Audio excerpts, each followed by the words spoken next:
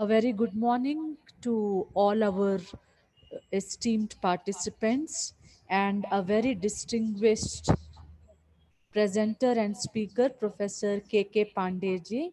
We will start in next 2 minutes. We will start at dot 10 a.m., my dear friends. Professor Pandey, on behalf of Department of Sociology, Nizam College, Usmania University, Hyderabad, and also on behalf of Council for Green Revolution, I extend a very warm welcome to you, sir. And we will begin in just next 1 minute.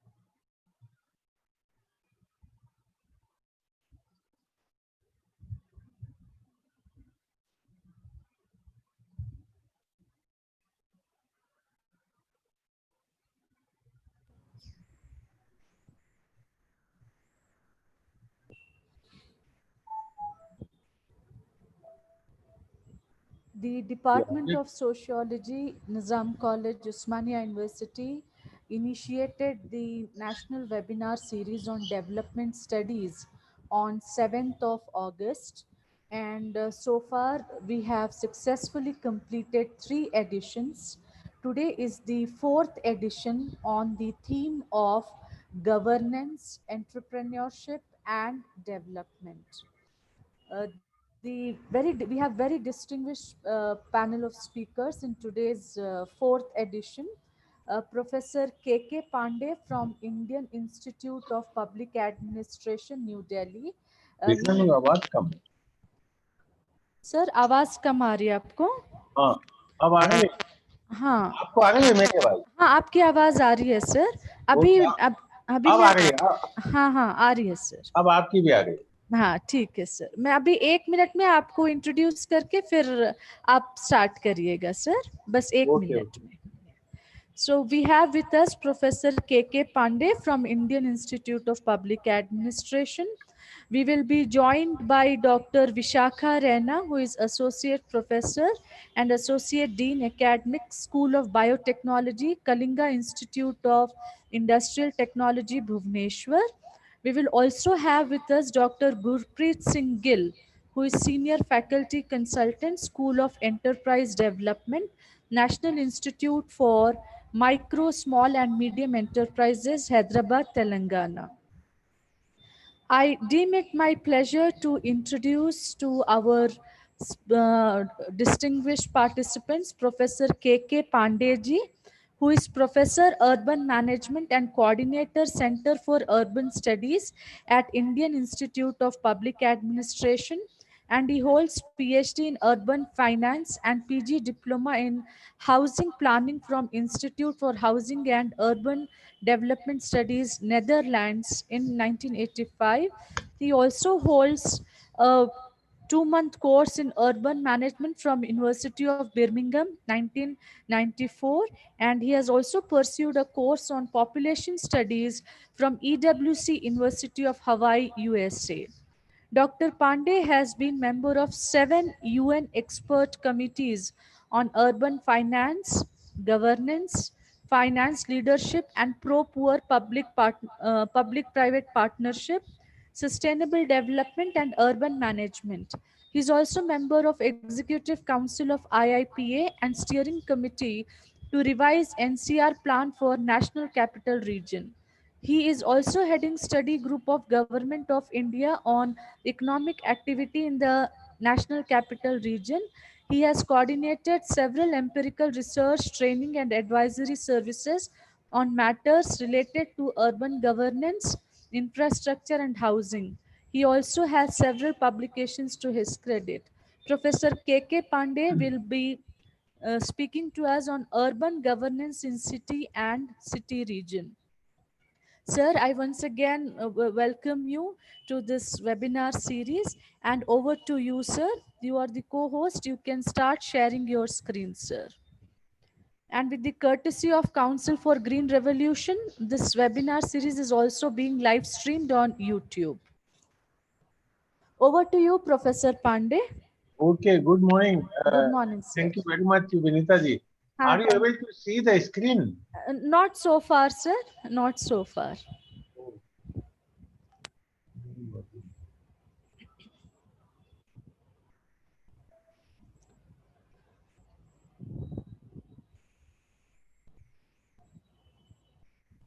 Uh, share the screen. Then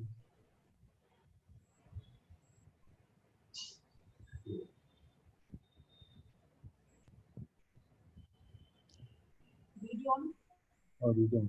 Yeah.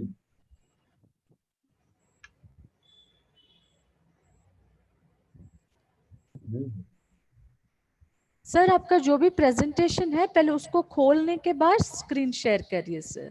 हाँ, खोला हुआ तो है. अच्छा फिर bottom पे share screen का option होगा सर. हाँ वो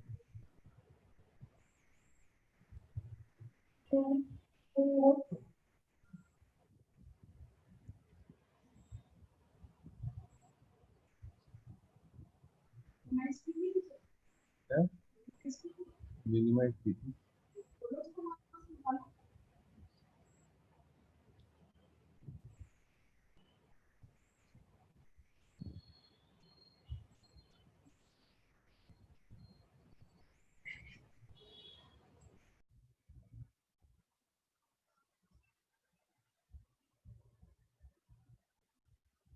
अब हुआ शेयर हुआ नहीं.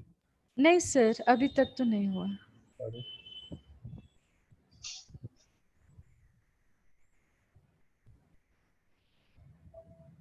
अभी नहीं. नहीं सर.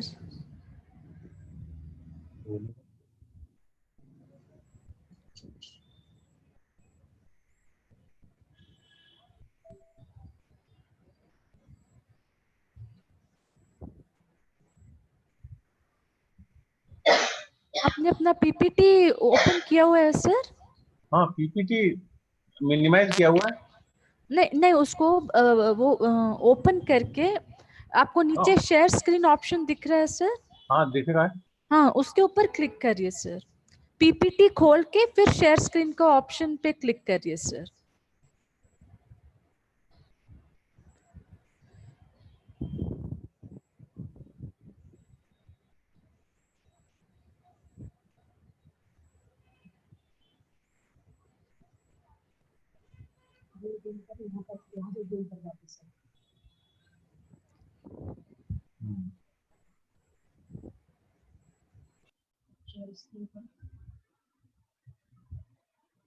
शेयर का बटन दबाओ.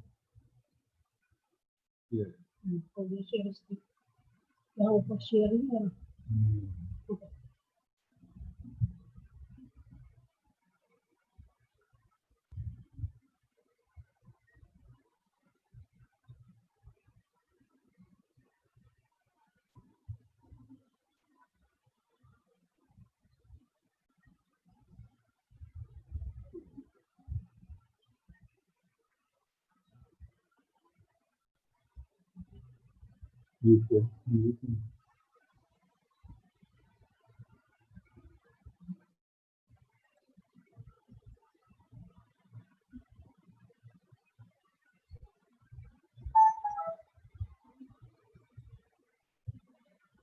सर अभी अभी आ रहा है सर आपका स्क्रीन. बट अभी वो जूम स्क्रीन शेयर हो रहा है सर. अच्छा वो नहीं होगा. ये देखिए. ये है. नहीं ये नहीं. ये है नहीं ये वो थोड़ी है. प्रेजेंटेशन का. वहाँ पे शेयर होगा. ये स्टॉप शेयरिंग है. अच्छा presentation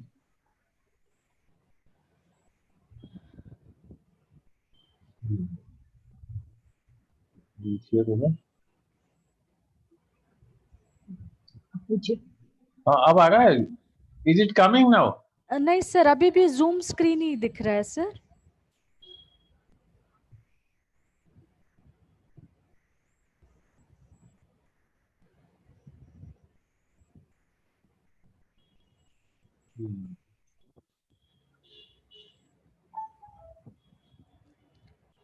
Resume share.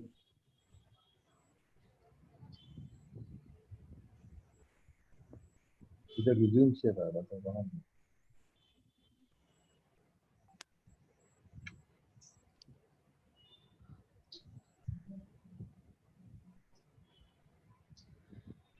Yashwant, can you guide sir in this regard? Sure, madam. Yeah. Good morning, sir. Professor Pandey? Hello, sir. Yeah. Sir, may I know what can you see in the screen right now? Do you have your PPT open, sir, on your screen? Yeah, PPT is open. Yes, sir. And if you just press the share screen option, you will find a dialog box where you can see the presentation. You have to click on that, sir. And then you have to share the screen.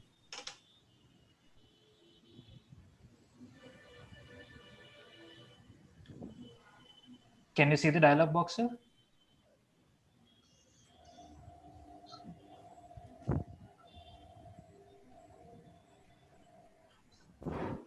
You will be able to see the short clip of your PPT there.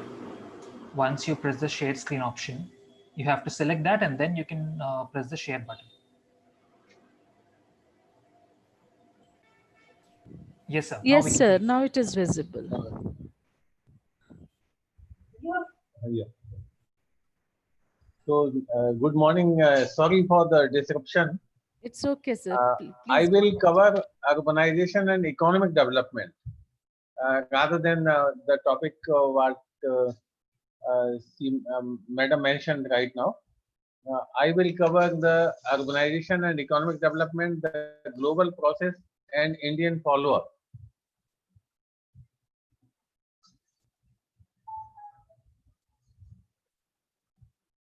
Uh,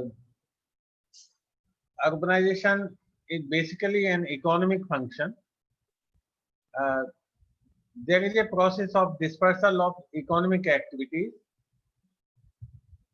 urbanization and global economies, urbanization and impact on income and employment, cities and sustainable development, Indian follow-up, and roadmap for urbanization and economic development in India are the points which I am going to uh, discuss. There is a limitation of the farm sector to provide income and employment. There are studies which show that ultimately 15 to 20% people will depend on agriculture. It is globally observed also. And uh, the surplus labor get employment in the non-farm sector of economy. Expansion of business, industry and trade is the natural phenomena of expansion of non-farm sector, and this is called structural transformation in the economy, which is happening across the world, in India also. And development and identification of cities and towns is a part of this process. Globally, it was only 3% population living in urban areas, which become 50% in 2007. For the first time, majority population in the globe started living in urban areas. And this was a result of dispersal of economic activities. Europe first got industrialized, business, industry, and trade got expansion. Result was that the quality of life, infrastructure was provided, the cost was included in that process, and quality of life become costly.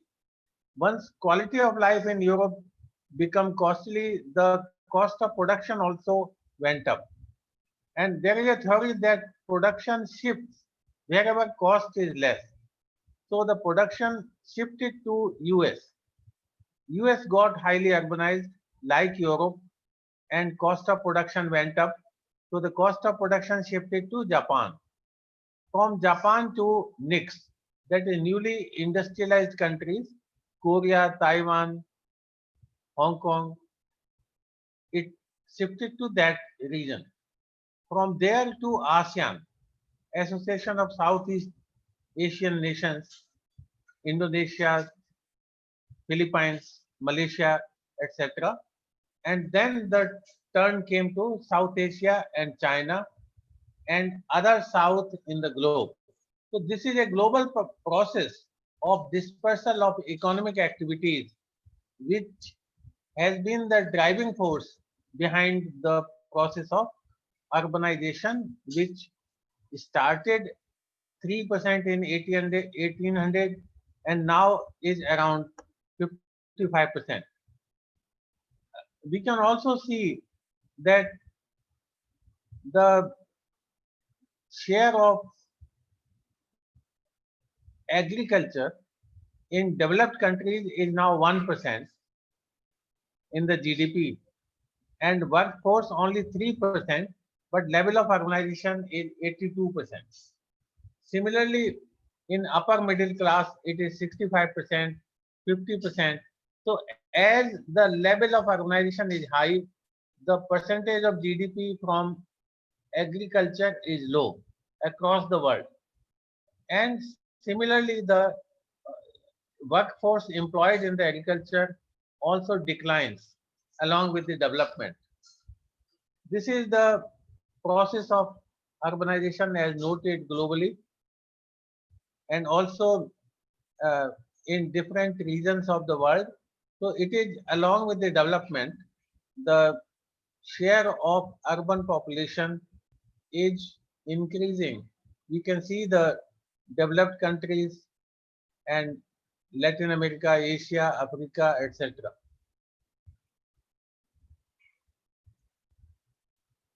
Urbanization globally got a push in 1990s when World Summit on Sustainable Development was held in 92 at Johannesburg, which focused on environment but also on local actions. In 96, Habitat 2 was passed by the UN in Istanbul, and Habitat 2 came up with urban agenda that the settlements development depend on urban because largely the world will become urban. We had Millennium Development Goals, then we had the Rio Plus 20. 92, after 20 years in 2012, we had another World Summit in Rio, which concluded that environment is important, climate change is also important, but poverty elevation is equally important. So this was the global consensus that along with the urbanization, environmental issues are there, climate change is to be settled, and poverty is equally important. And accordingly, national reports were presented in the UN. Indicators were developed after Habitat 2 in 96. Best practices were awarded, which got a UN Dubai Award, and several Indian cases also figured in the best practices. These include SEVA, Self-Employed Women Association. These include Surat as Clean City. These include Delhi Metro. So there were several Indian cases also in the global process of recognition of urbanization and economic development. Habitat 2 in Istanbul, which recognized cities as a focal point for the first time, focused on cities to the forefront or they are engines of economic growth. Sustainable human settlements in an urbanizing world means important role of city, but it requires shelter for all, and all are linked with income and employment. The whole process of urbanization is linked with income and employment, which our census also recognizes. When the income from non-farm sector goes up to 75%, then only the one settlement is declared urban with 5,000 population and density 400 persons per square kilometer. Habitat 2 concluded that cities are engines of economic growth. Urbanization is an opportunity which the world should tap, calling for a stronger role of local authorities, that is, the decentralization of power, and recognizing the power of participation by different stakeholders. And it had two main themes: sustainable human settlements and shelter for all. Habitat 3 was uh, passed in 2016. It was based on UN Millennium Development Goals 2030. And Habitat 3 came up with the conclusion that the persistence of an unsustainable model of urbanization is the key issue. We have economies of scale from cities, but also have diseconomies of scale in terms of shelter, employment, income, and infrastructure. So those diseconomies need to be tackled. Increase of inequality caused by diseconomies is the key issue. Steady increase of number of slum dwellers, climate change, disaster, and negative consequences of violence and crime. So the social integration of cities is another very important issue which was recognized by Habitat 3 in 2016. And this is on the global agenda of attention. Habitat 2 and 3 therefore uh, saw a shift from the world is urbanizing to the world is urbanized, because now majority is living in urban areas, and the level of urbanization varies according to the status of development. Developed countries have more urbanization and developing countries have less. Environmental degradation, transformative power of urbanization, particularly non-farm sector, needs to be harnessed. This is the conclusion of Habitat 3. Need to focus on key thematic areas, and those include environment, climate change, and uh, poverty. Citywide approach to development focus on equity. Habitat 3, and unlike Habitat 2, came to the conclusion, or this is the global agenda now, to focus on the city as a whole, not in bits and pieces, in schemes and programs, but a citywide approach is essential. Habitat 3 also concluded that global agenda for developing and developed world needs to be prepared. It was the first conference after Millennium Development Goals were passed, and implementable new urban agenda was accepted by the global community. And this was the process.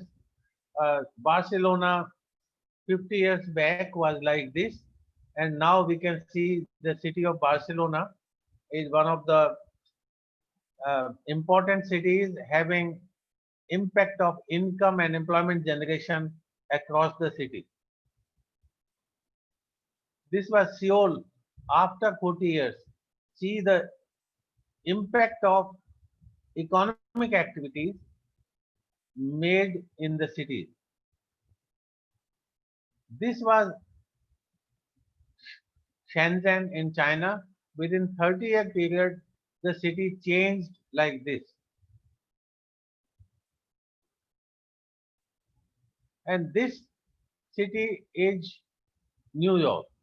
After 150 years, before 150, the city of New York was looking like this, and now Manhattan can be seen as one of the world's most important place. India also, whatever I said, has followed the same process. In 51, the workforce in the agriculture was 69%. which is now nearly 50%. Urbanization level is now about 35%, and GDP from agriculture, which was 56% in India in 51, has now become 14%. So there is a sharp decline in the GDP from agriculture, but the workforce has not declined in the same proportion. That means the surplus labor poverty in rural areas is the key issue, which is again a challenge for urban areas to help the persons coming from rural areas, providing them suitable jobs. 60% workforce, 18% households have less than 1 hectare of land in our rural areas, 82% up to 1 hectare. So this is the main issue of surplus labor which needs to be tackled in our urban policies and scenario. Productivity loss because of the low landholding, natural calamities, poverty, lack of supervision of large holdings, etc., is a key issue. So rural urban imbalance in GDP, increase in workforce, increase in share of marketing marginal workers from 9% to 25%. So this is the challenge of urban society, which we have to provide solution to the uh, workforce coming to urban areas, and disparities in the distribution of income needs to be tackled accordingly. Indian non-farm sector, more than 6 crore enterprises are there. 50% enterprises are concentrated in 5 states: Tamil Nadu, Bengal, UP, Maharashtra, and Karnataka.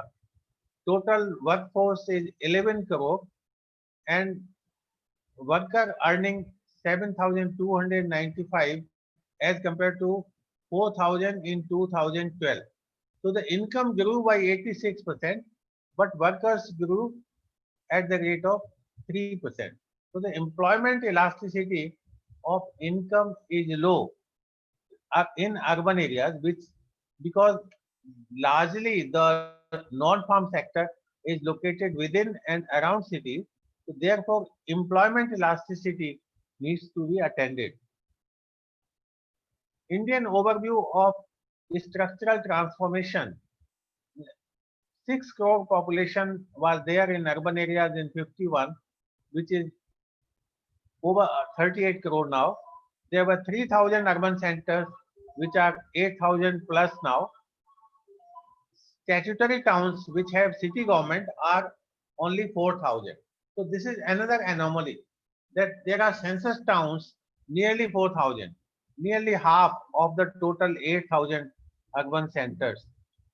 And those need to be developed as an urban area, need to be focal point for employment and income generation, need to be a service center for the rural hinterland. So this is the overview of India from rural majority society to now in 2011 census.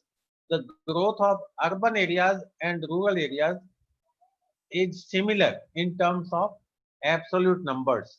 So it is not that India lives in villages only now. It is also that India lives in urban areas as well. In our process of urbanization, in 85, we saw the first turning point towards urbanization when Ministry of Urban Development was created in the Government of India for the first time. NCU was created, National Commission on Urbanization, and 74th Act was brought in 92. This is the recent 2011 census figures of urbanization process and scenario. we can see this area, the central and eastern part, is less urbanized, and that is the uh, need to be attended. This area, Bihar, Jharkhand, Chhattisgarh, Odisha, Madhya Pradesh, Andhra, part of Andhra, is having less income, and there are more than two-thirds of aspirational districts of Niti Aayog are also located in this area.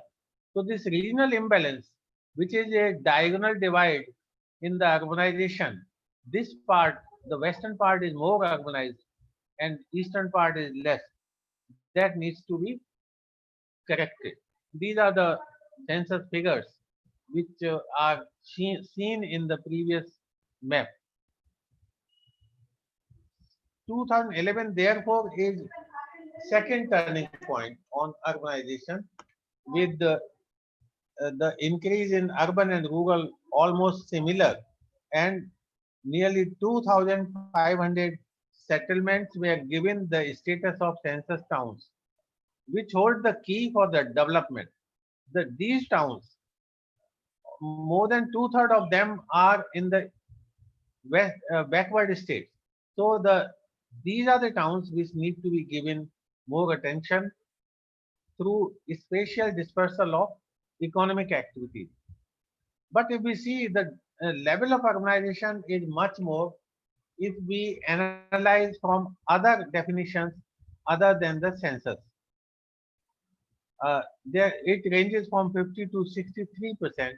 If we see the built up area and decide the level of urbanization according to that. So what we see that the urbanization and economic development are two sides of same coin. States with above average GDP also have above average urbanization, but this leads to unbalanced growth. Also paves way for a suitable urbanization policy, which is still in making. Only a draft is under circulation. And spatial dispersal of economic activity is needed. This map shows that the states which are more urbanized also have high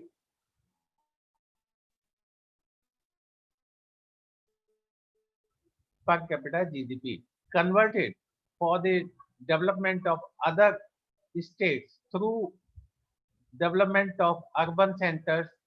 That means expansion of non-farm activities, that is business, industry and trade in these states. We also see that India is undergoing a transformation. The technology is coming, scientific evolutions are taking place, and there are estimates that by 2030, India will have largest middle income group with 18% of global, 17% in China, and 16% in US.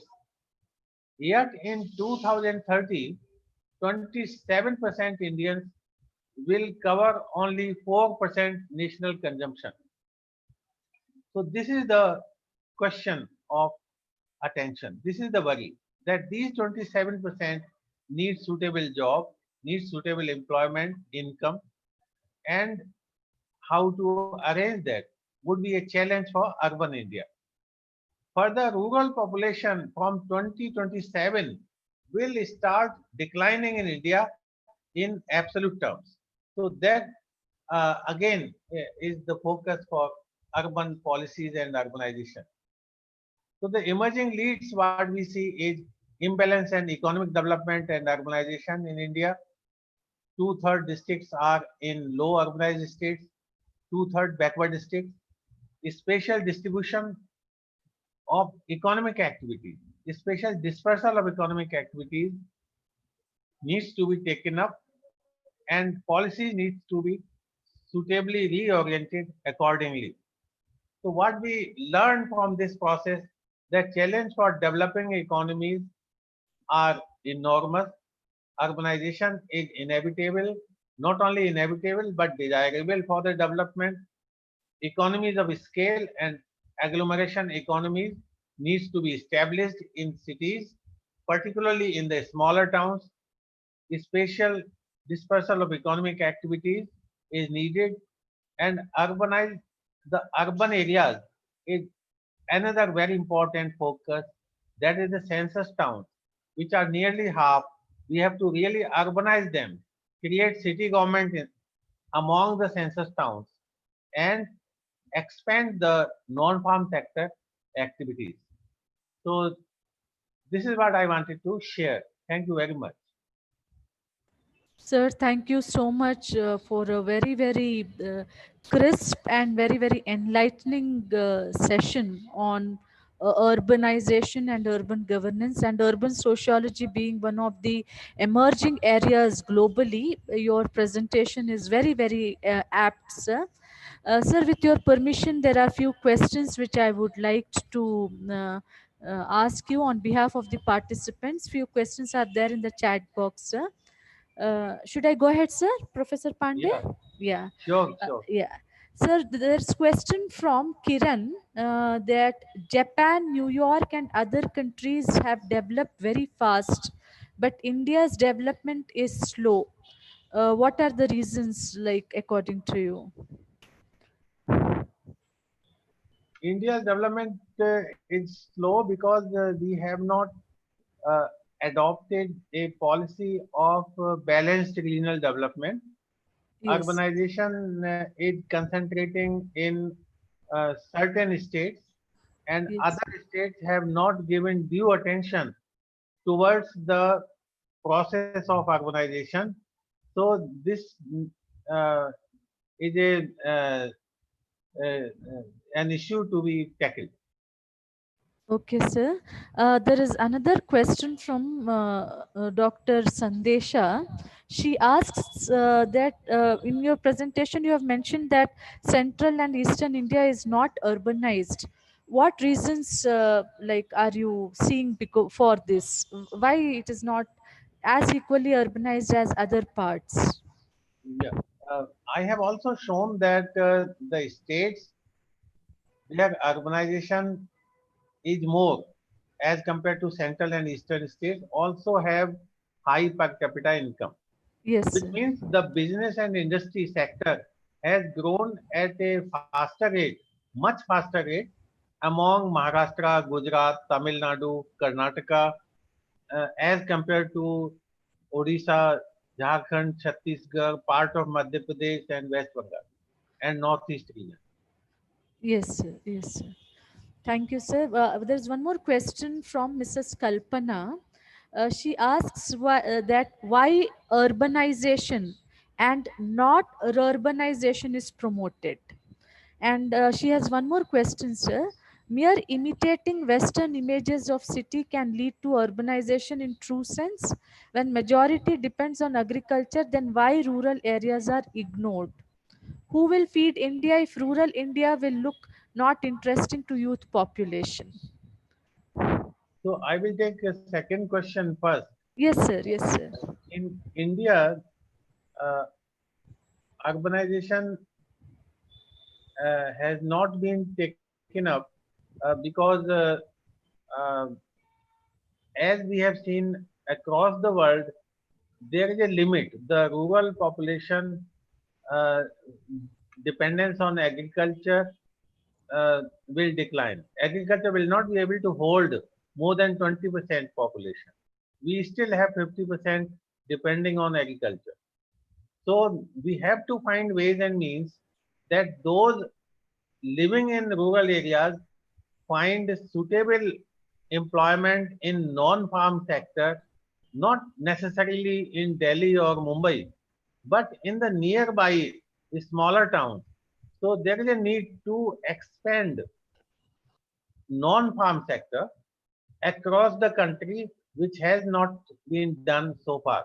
So the focus for our urban policies should be to develop local economic activities in the smaller towns, in the census towns, so that the surplus labor coming from the hinterland is getting job and income uh, in the nearby locations. Okay, sir. Thank you, And sir. in this regard, Yes, sir. the development of infrastructure, development of roads, highways also is very important. And the current government's schemes and policies of highway development or the state government's policy to develop state highways should be linked with the industrial location also. And industrial, big industries and supporting industries, small industries, the whole chain has to be developed. Yes, sir. Yes, sir. Thank you, sir. In fact, there are many questions. My next question is on behalf of Hakim Singh, who asks, don't you think that it's urban and rural divide that has hampered the development? Today, we only talk about smart cities but not smart villages. And he further asked, don't you think that it's, yeah, the same question, sir, like why we talk about smart cities and not of smart villages? So we should talk about smart villages also. And Yes, sir. government is providing connectivity, internet connectivity to all the villages, roads, electricity. But the question is, once village is developed and village is expanded with the non-farm sector activities, it will become urban. So uh, there is no contradiction. There is no fight between urban and rural. Both should develop, but ultimately it will be dependence on non-farm sector. Yes, sir. I think a similar question was from Mr. Shrikant and Manpreet also. And there is one more question. I think this will make the last question, sir, because our next speaker also has joined. This question is from Jamilu Rabiu. The process of globalization through activities of multinational corporations is gradually resulting in farmers losing their farmland, especially in Africa, and as a result many youth migrate to urban center with little or no skills. What is the way out, sir? This is the question. So for this, a proper land policy is needed that the uh, industry sector should get land at such a place which has water, but which is not affecting farmers also. So both aspects need to be uh, taken into consideration. Yes, sir. Yes, we have quite a few international participants also sharing their African experiences. Sir, now my last question to you is: you spoke about national urbanization policy, sir, which is still in the draft state. So, what are your expectations from the national urbanization policy? Policy is emerging in bits and pieces. There is a policy of fecal sludge. There is a policy of street vendors. There is a national housing policy. But there is a need to consolidate all the policies, and there should be national urban policy. Yes, sir. So, It, like, there is it, need to the consolidate. process is slow. The draft is there, but I hope it will be finalized. Okay, sir. Okay. Sir, thank you so much, sir, for a very, very crisp presentation and also very patiently responding to all our queries and observations. In fact, it is very rare that we come across a person of your academic caliber. So I thank you, sir, on behalf of Department of Sociology, for joining us today and enlightening us on a very, very critical aspect of the globalization, which is urbanization. Thank you so much, Professor Thank you KK very much. Pandey, for It is being my part pleasure. of this. Yes, sir. So, with your permission, now I would like to move on to our next speaker, Sure. Madam. Thank you, sir. Madam Vishakha Rena. In fact, in one of the courses, FDP courses, I heard Madam's presentation, and when I was planning for this particular edition, I thought this edition will be incomplete without presence of Madam Vishakha Rena. Most of you will agree with me after you listen to Madam's presentation. Madam Vishakha Rana is Associate Professor at School of Biotechnology, KIT, Odisha. She completed her bachelor's and master's degree in zoology with specialization in cell and molecular biology at University of Delhi. She also has a bachelor's in education from University of Delhi. Later, she fulfilled her PhD in molecular biology at University of Delhi, during which she was a visiting fellow at EPFL Lausanne, Switzerland. Later, she joined at the Swiss Federal Institute of Aquatic Science and Technology, Dubendorf, Switzerland, as a postdoctoral fellow.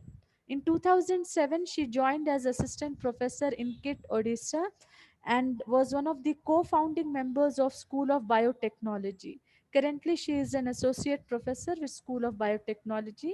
Her areas of research interest are biodegradation and bioremediation of xenobiotic compounds, microbial ecology of natural ecosystems for microbial biodiversity, and bioprospecting using genomics and study of biogeochemical cycles for understanding global climate change, and also production of biofuels like biodiesel and bioethanol from waste cooked vegetable oil and cooked food waste by using green chemistry and microbial enzymes. She is also interested in issues relating to environment, especially waste management and food safety.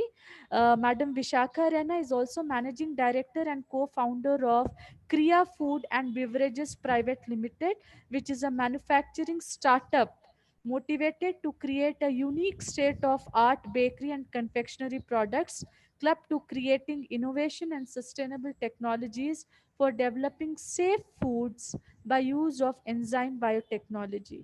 Madam has more than 13 years of teaching experience, and apart from her teaching research, also aims at mentoring students for social and sustainable innovations, developing innovative solutions to environmental problems, and to promote sustainable biotechnological process in waste management. Madam Vishakha Rana will be talking about the theme from workbench to enterprise, lessons from the entrepreneurial journey.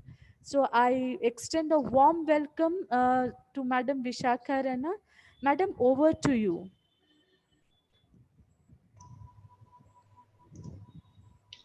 Thank you very much.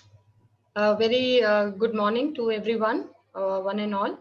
At the outset, I would like to thank Dr. Vinita Pandey for inviting me to this edition of fourth edition of Governance and Entrepreneurship.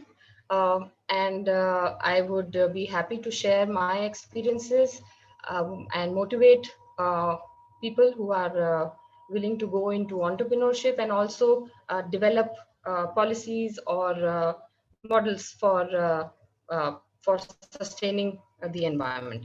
So I'll just share my screen.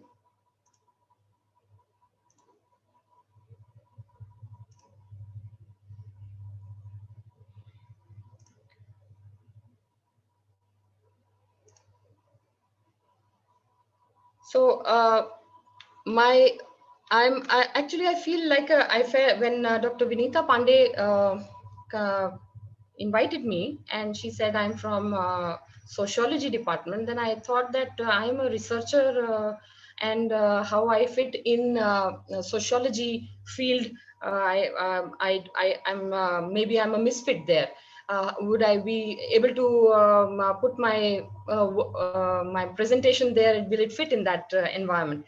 But then she said that yes, there are a lot of people who can learn from the experiences of other people. So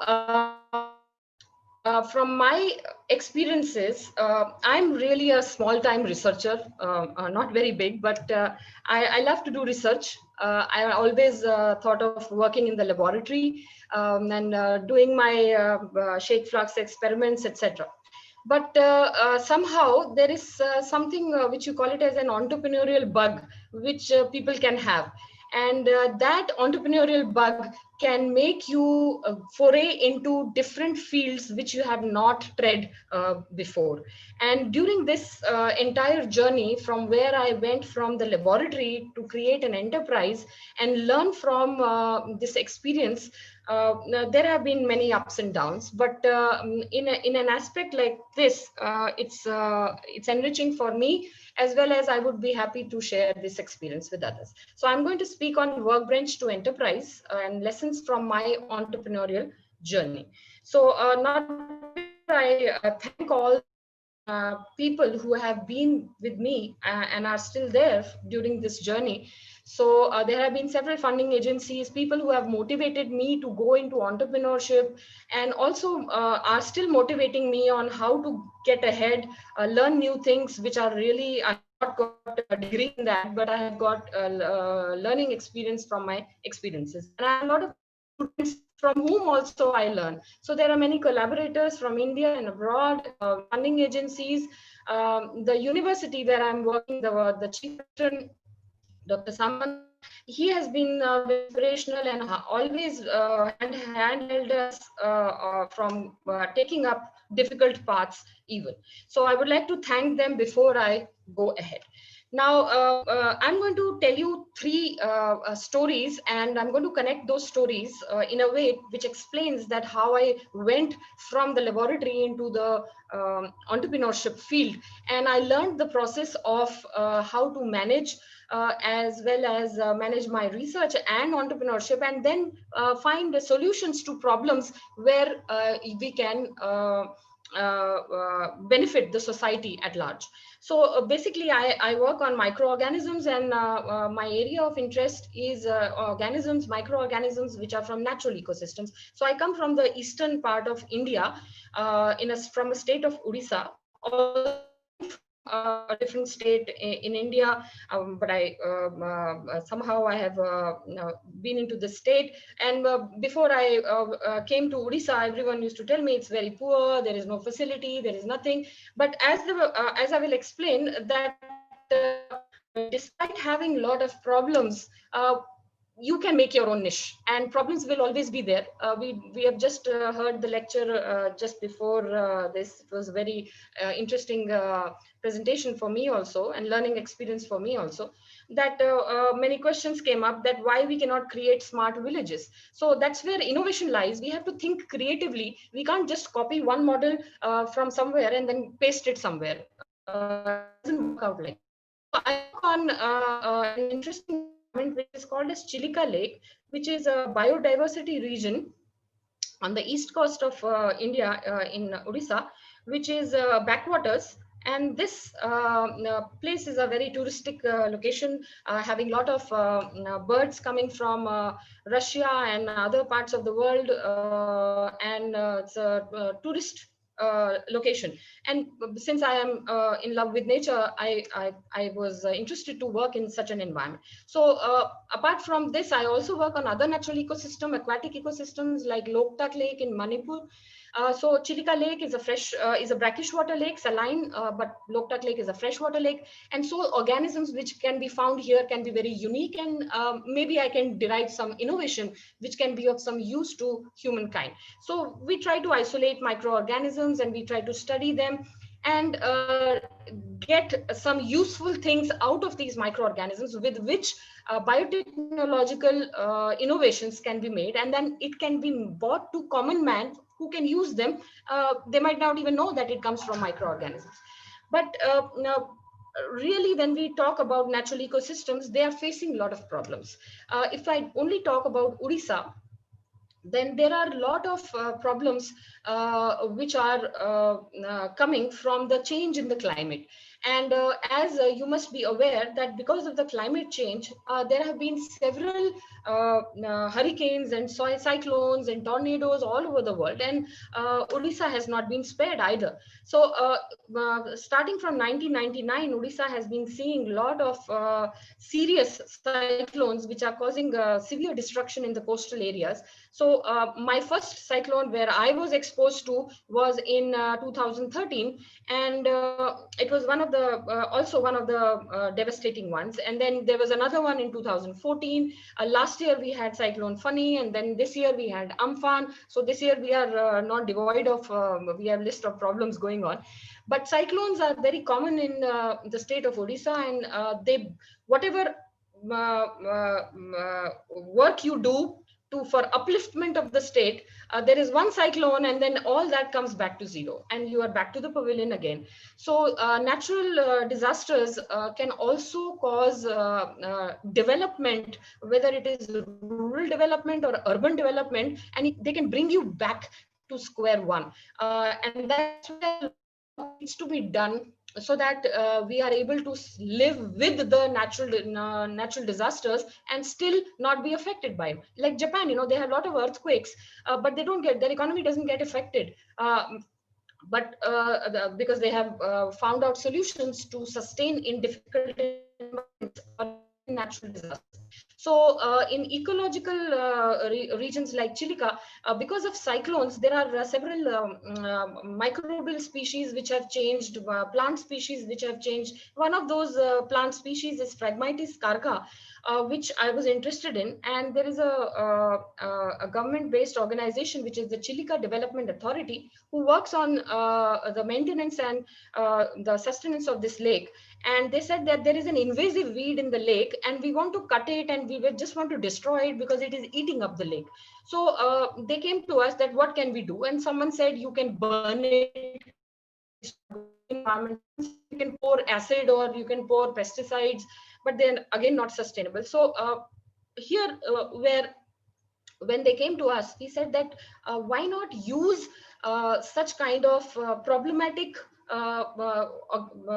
plants. If you are facing problem with them, why can you not use and create and then make innovation out of them? So I discussed this with some of my students and they said why can't we make something out of it? And they actually biologically engineered a paper made out of the biomass you got from the invasive weed. So they took this plant and converted handmade paper out of it using biological enzymes. And they were recognized by DST, Lockheed Martin, and they got MSME grants. And they were able to develop a small company where they are providing an alternative source of livelihood for the local tribal community, because after all, they don't have anything apart from fishing. They are not having an alternative livelihood source. So this became another interesting discovery that right from a problem, we bought a solution, and then we involved a larger community, that is the fishermen community, and developed some livelihood for them using some innovation and being a little bit of creativity. So that's first part of my talk. The second part is that we know that the world is going through an energy crisis. Now the population is increasing, the demand for energy is increasing, and with projections over the next 20 to 30 years, we are seeing that there's going to be a huge energy consumption jump by almost 50%. And most of this energy demand is going to come from the most populated countries like China and India. And we are going to face a lot of problems. So we need alternative fuels. Uh, uh, Problems come from society only, and we have to find solutions. So always the society, one sector cannot find solutions. They have to come from different sectors, and that's where multidisciplinary sciences and multidisciplinary thoughts have to come together and brainstorm, and then only the problems for solutions can come up. So there have been many concerns due to energy problems because of pollution, climate change, etc. So biofuels are in environmental science considered to be alternative energy sources where you can substitute crude oil and use them instead of them. So in theory, we study about these biofuels like first generation, second generation, third generation, and fourth generation biofuels, and they are focused either on plant biomasses or oil seeds or algae or genetically engineered microorganisms. So my area of interest was diesel, because diesel is an industrial fuel, and it is very important in the industry. So Rudolf Diesel, who first tried to use vegetable oil for running his engine, later on shifted to fraction of petroleum. already said that you can use vegetable oil. So there are many properties which diesel requires, and these properties, if you are able to attain, you can make a fuel which can substitute it.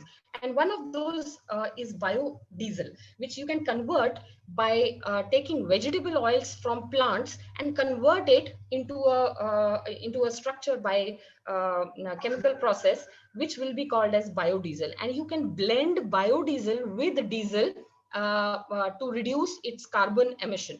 So there is a chemical reaction which can do this. And my source material, which I wanted to what I wanted to convert into biodiesel, was waste cooking oil. Waste cooking oil is hazardous for health, and there is a food versus fuel debate that if we try to use food-based oil like soybean oil, sunflower oil, palm oil, we want to eat that. So our priority is food, not fuel first. So we should use that kind of raw material which does not compromise our food. So any kind of non-edible oil would be good. But I focused more on waste cooking oil, which comes from different factories, from restaurants, small time eateries and all. And if you use that oil excessively, it leads to several problems within the health, developmental problems, etc. So waste cooking oil is always available. You don't need any land to grow, and you don't need any upstream process which is required. We don't need to grow anything here. You are not spending time or money or manpower on it. It is always being produced. So our mission was to create a strategy for production of biodiesel from cooking oil. So I was interested in waste management as well as creation of alternative fuel for energy generation. So we try to develop a method of doing that. The process of converting waste cooking oil into biodiesel is already known. This is a process with the chemical reaction is already known, but you have to standardize according to the type of oil which you get. This is the quality of oil, as you can see on the screen, we generally use, and the process has to be standardized for converting this oil into a biodiesel, which can be used in transportation. It can be used for in generators, etc. So the strategy was that we collected several waste cooking oil from different establishments, from restaurants, hotels, processing factories, etc., and converted it. So again, here I made a team, and this team was for the bioenergy unit we have at KIT University, from where I'm placed. And I have these group of students, and they told me that can we do this and make a company out of it? I said, come on, I am just a researcher. I'm happy doing research, making thesis, and then putting those theses in the laboratory, in the library, and so that someone can refer to them. Why do you want to go into business? And then students only, who have so much energy, they say that no, I think we should bring whatever technology we develop in the laboratory, we should bring it to the masses and make it available as a product. So there was a team, and later on I'll talk about one of the students, how we got connected. So we did some research, and we developed a process, and then finally we had to fight to get money, because ultimately if you want to develop the solution for a problem, you need money for it. And then from a laboratory scale, we were able to somehow go on a pilot scale up to 100 liters, and we were able to produce enough amount of biodiesel so as to use it for generators. It could be used in vehicles, diesel vehicles, as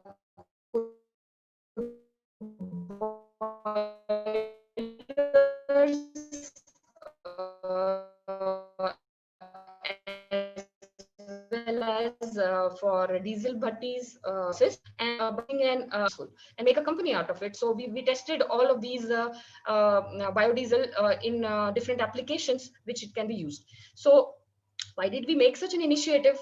Because as you know, in the current situation, we are having a pandemic. And although there is not much of fuel being used, because there are very few cars and buses, and industries are not working, etc. But you see, the diesel prices are still rising. And around around the world, diesel is less costly than around the world, diesel is more expensive than petrol. But in India, diesel generally was always less costlier than petrol because it is subsidized. But in today's day, the diesel and petrol's price is almost equal, and the price of diesel is rising every day. So in Bhubaneswar, where I'm there, you have almost touching 80 rupees a liter. In Delhi, it's almost 73, but some time back it was 81. In the university where I'm there, there are almost 40 canteen. Consumption is almost 50,000 liters in 6 months, and sometimes even more, with many events going on. So you can use this biodiesel for several applications, and one of the applications is use of this biodiesel at a boiler unit in the tribal university. So the university where I'm placed, there is a Kalinga Institute of Social Sciences, which is the only tribal university in India and probably the world, the exclusive tribal university. It was a school, but now it provides accommodation, study, food, healthcare to almost now 30,000 tribal children. And they have a kitchen where morning, evening, afternoon, they eat food, cook food, the children cook the food, and they consume that much amount of food. So where is that food cooked? Food is cooked in big containers and boilers, which uses biodiesel, which we are generating from waste cooking oil. So again, I would like to focus that we have a problem. We try to find a solution, and then it fits in, the solution tries to fit in somewhere where the problem is very big, and it gives you an easy solution. So there is state of art mechanized kitchens where the food is cooked, and this was also featured in mega kitchens in National Geographic, where they show you when food is being cooked at very large quantities, etc. So the outcomes of the project were that there was zero waste which was generated in the entire process. There was 90% conversion of the waste cooking oil into biodiesel, and there were some byproducts which were generated like glycerol and floor cleaners and soap, etc., which could also have further uses in the industry. So the cost of the diesel which we produced, biodiesel, was about 35 to 40 liters rupees per liter, and it gave a sustainable solution. So now we are trying to upscale and trying to make it at a state level by improving the efficiency and by supply chain management. What I want to mention here is that if we are able to solve a problem at just university level by collecting waste oil only from the university, you can imagine what would happen if you have to collect oil from the entire city, and then at state level, and probably at country level. So Government of India has also developed some initiatives which is called as RUCO, that is repurposed used cooking oil. So whoever has a lot of waste oil generated in their establishment, they can deposit it at a government center, and government collects that waste oil. In a process, it can be converted into biodiesel and then supplied in the diesel which you buy at a petrol pump. So this is what Government of India is also doing, and these processes require involvement of several people, and you need innovations constantly. So this is the second part of my talk. I have been patronized by many funding agencies and of course PhD students. So it's important to mention this project was actually a dissertation project for this boy Rahul Chatterjee. It was a dissertation project, and again I thought that just making a dissertation and putting in the library doesn't make sense. I think we should go ahead. So the third part of my talk focuses on opening an industry or a startup. So I'm interested in food, and starting with food, again, this student of mine, he motivated me and brought out problems which we try to find solutions. So I have a company called Kriya Foods and Beverages, and we try to make safe foods, produce healthy foods by doing some interventions. So we got some grants from MSME, and we are just clicking 5 years now.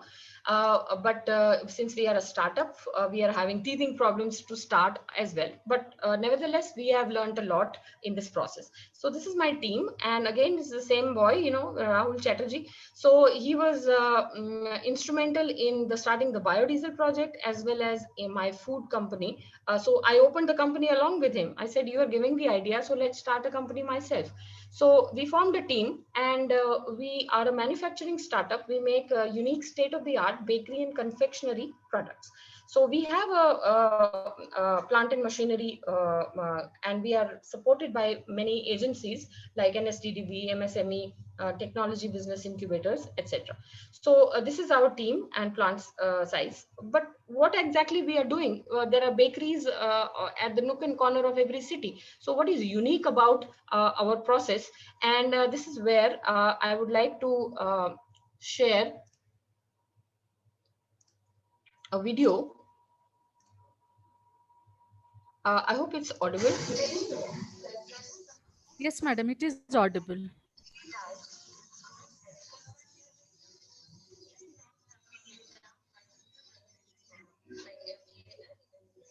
Can you please increase the volume, madam?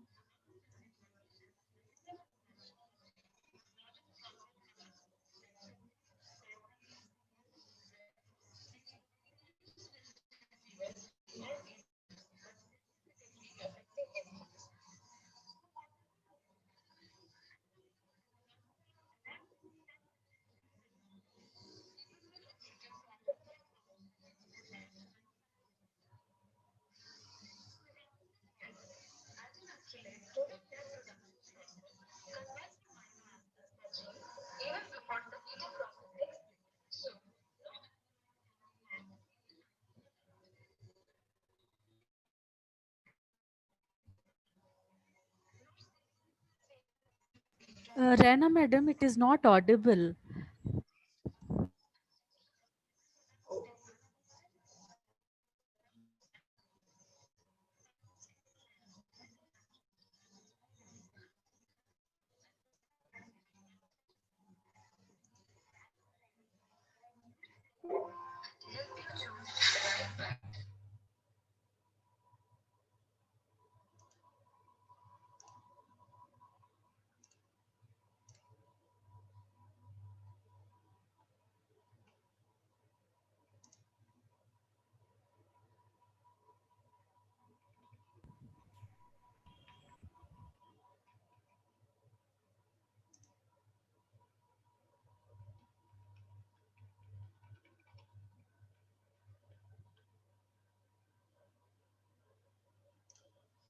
So I don't know whether there was some problem with the audio, but the video explained about the problem which we are actually working on.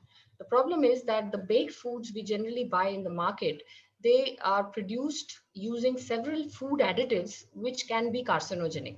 And one of the carcinogen is acrylamide. Acrylamide is a dietary carcinogen which is produced when any food is burnt at a very high temperature.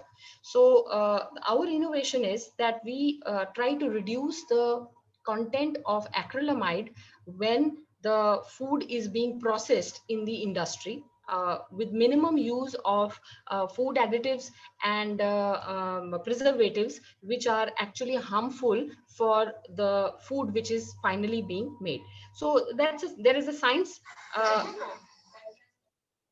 There is a science behind this process, and this dietary acrylamide is harmful for the health of children, of infants which are still in the womb, etc. So there is a limit to the acrylamide which is found in the food processing process. So this needs to be removed. And so in our innovation, since I have a company also, I try to incorporate this innovation in my company so as to make the process safe, and the food which is being produced is also safe for the consumers. Now, this is again a problem, and we have tried to find a solution. So for finding any solution, before you try to address the problem, you need to show whether it is working in the real life or not, which is what is called as the proof of concept. So you have a concept that I have a problem and I have a solution. So, but you cannot tell anyone that whether the problem is working or not unless you have a prototype or something which explains to the other person that the problem can be solved with this particular solution. So there are many stages of government funding which try to help you to get funds where you can try to show whether the concept is working or not. And once your proof of concept works, then you have to optimize the entire process and then scale up the process so that you can show its feasibility. So there are different processes by which we have been able to show that our process is marketable, and then it can be bought into the consumer trade. And in this, again, we have made a team of people who will help us to achieve that goal. People who are having in area of expertise in the technical field, someone who's expertise in marketing field, someone who has expertise in accounting or financial management. So there are a team of people who are interdisciplinary in nature and try to attain the problem's solution so that it can be brought to common man. So my journey from the laboratory to developing biofuels and then developing into a food industry has been enriching in this entire process. So in the last part of my talk, I would like to talk about what are the challenges which entrepreneurs who are really not entrepreneurs from the beginning have to face. So these challenges are mainly how to obtain funds to start the business. This is one of the biggest obstacles, because people get a lot of ideas. You can have a lot of ideas, you discuss with people, you find that there are problems in this and you try to find solutions. But ultimately, when you have to bring any idea into working in working and running mode, you have to find funds to start it. So since you are going to take charge of the entire process, you have to be fully responsible for the business. If anything goes wrong, you are responsible, because it's a learning process. So you have to be very strong in your mind that there will be many things which will go wrong, but you will not back out. So you can feel alone and insecure. So it's very important that challenges which entrepreneurs have, for their challenges to be solved, they should have a team. So teamwork is very important, and you might have to work long hours and even face uncertain income levels, which in the current situation like a pandemic, everyone many companies, even well established companies, are also feeling that how we'll pay our employees, etc. So you should be always ready that something might go wrong, then I should have a backup plan. I should have a team to discuss, and what I'm going to do whenever there is going to be some kind of problem. So in my journey in entrepreneurship, I have learned that your innovation or the process of thinking need not be very hi-fi. It can be very simple and very basic. So how do you start thinking about innovation? It is just, you have to be curious, you have to be observational, and you have to always look at problems. So when you look at problems, you will always get ideas. If someone shares with you that I'm facing this problem, you immediately try to give a solution. You can take this, you can do this, you can do that. In the same way, we should look for problems around us and make a list of it, and those problems which interest us, we should be doing brainstorming on them. So to show that your ideas work, you need to brainstorm and try to find out solutions by doing a lot of discussion and doing a lot of reading. So you need to test it and do it now. You should not have a lot of 5-year and 15-year plans. You can think of even 1 year and 2 years, because in current scenario of life, landscapes change very fast. Scenarios change very fast. You might have a lot of plans for 2020, but none of those plans are currently working. So you stick to short term and near future goals and try to achieve them, and then plan for next level. So you have to work hard and also take care that you don't burn out and you can manage your time. So you must be able to break off and take some time off and socialize, so that it helps to clear your mind. And it's not all about you and your idea. You should always learn and then try to help people. You have seen in the current pandemic situation also, people who have a lot of privileges, they try to help other people, so that people who do not have opportunities or who do not have means to get anything, they also are benefited. So lastly, you should not only focus on your skill. Don't be a jack of all trades. You should be consistent and always think that I should sharpen my skill and I don't need to do everything. If you try to do everything, then you will burn out again. So you should learn to delegate work and make a team, so that you are able to focus on one thing, one skill which you are very good at, and then you build out from there by developing your team. And you should also celebrate any small win which you have got. You should take part in social functions, and take part in competitions, take part in hackathons, idea competitions, and involve yourself in conferences, learn new things, and that helps you to get motivated and inspirational all the time.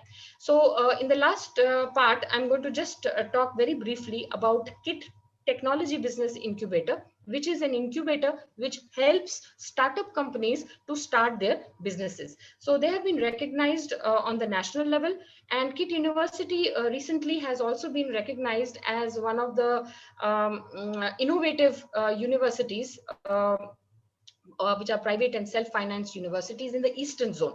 So it would develop an infrastructure and the environment for people who want to open businesses, whether they are coming from any field. So it can be a social enterprise also. If you want to open a social enterprise which is having an innovative idea to create smart villages, then also a technology business incubator can be of help. So they have several activities where they help you to go from incubation level to a large scale level, and they have several companies incubated within a technology business incubators. Now there are several of them all over India and abroad as well. And once a company gets success, they graduate out from the system of incubation. So from a technology business incubator perspective, there are many government fellowships which help you to go from an ideation stage to proof of concept to making a prototype and then developing at a commercial scale. So at a social level also, if you have something which enables any group of people to develop livelihood or to develop creation of a good setup in a society, then technology business incubators also help you to develop these kind of innovations. So innovation always does not mean science. It can mean any kind of innovation, whether it needs to be in the field of history, it needs to be in the field of archaeology, or even in the field of sociology. So the idea should be creative, and it should be able to create a sustainable environment around. So there are many types of innovation, and you can do innovation to change the world, change the world, and get motivated and motivate others as well. So you should always list the problems which you are trying to see, and whenever you are seeing any kind of problem, you should always see it from two different perspectives. One, the problem always looks like that there can be no solution to it, but if you work on it, then definitely the idea will help you to think of a problem in a different perspective. So what my presentation I want should be seen in this way, that from my entrepreneurial journey, I have learned that you need to constantly have consistency. You cannot change in one day. you cannot change the process of thinking in one day, and every day should be a learning experience, and constantly your state of mind should be thinking about problems, and then only your mind starts to think in an innovative way. That's why it is said innovation is a state of mind. You can create problems into solution. The same umbrella can be used for preventing rain in two different ways, and so your state of mind should be constantly towards how to solve problems. So this is my take on how from a researcher to an entrepreneur. In the process I have learned the various stages. Thank you so much for listening. Thank you, ma'am. Thank you so much. In fact, it is indeed a phenomenal journey from a zoologist to an entrepreneur. Ma'am, with your permission, there are few questions in the chat box which I would Yes. like to ask you. This question is from Dr. Priya Kumari. She thanks you for the enlightening talk, and she's asking, can we replicate the generation or use of biofuel in Usmania University, as we have many hostels where we might be generating lot of waste oil? That's a very good question. When we were developing this setup in our university, we had a university small industrial tour coming from the state of Tamil Nadu, and one small time college had bought their students to Odisha, and they also, we took them to our facility and we showed them the pilot scale plant, and they asked the same question which you are asking.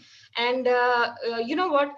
Before we made the whole pilot scale plant working, they went back to their college and they started their own biofuel unit.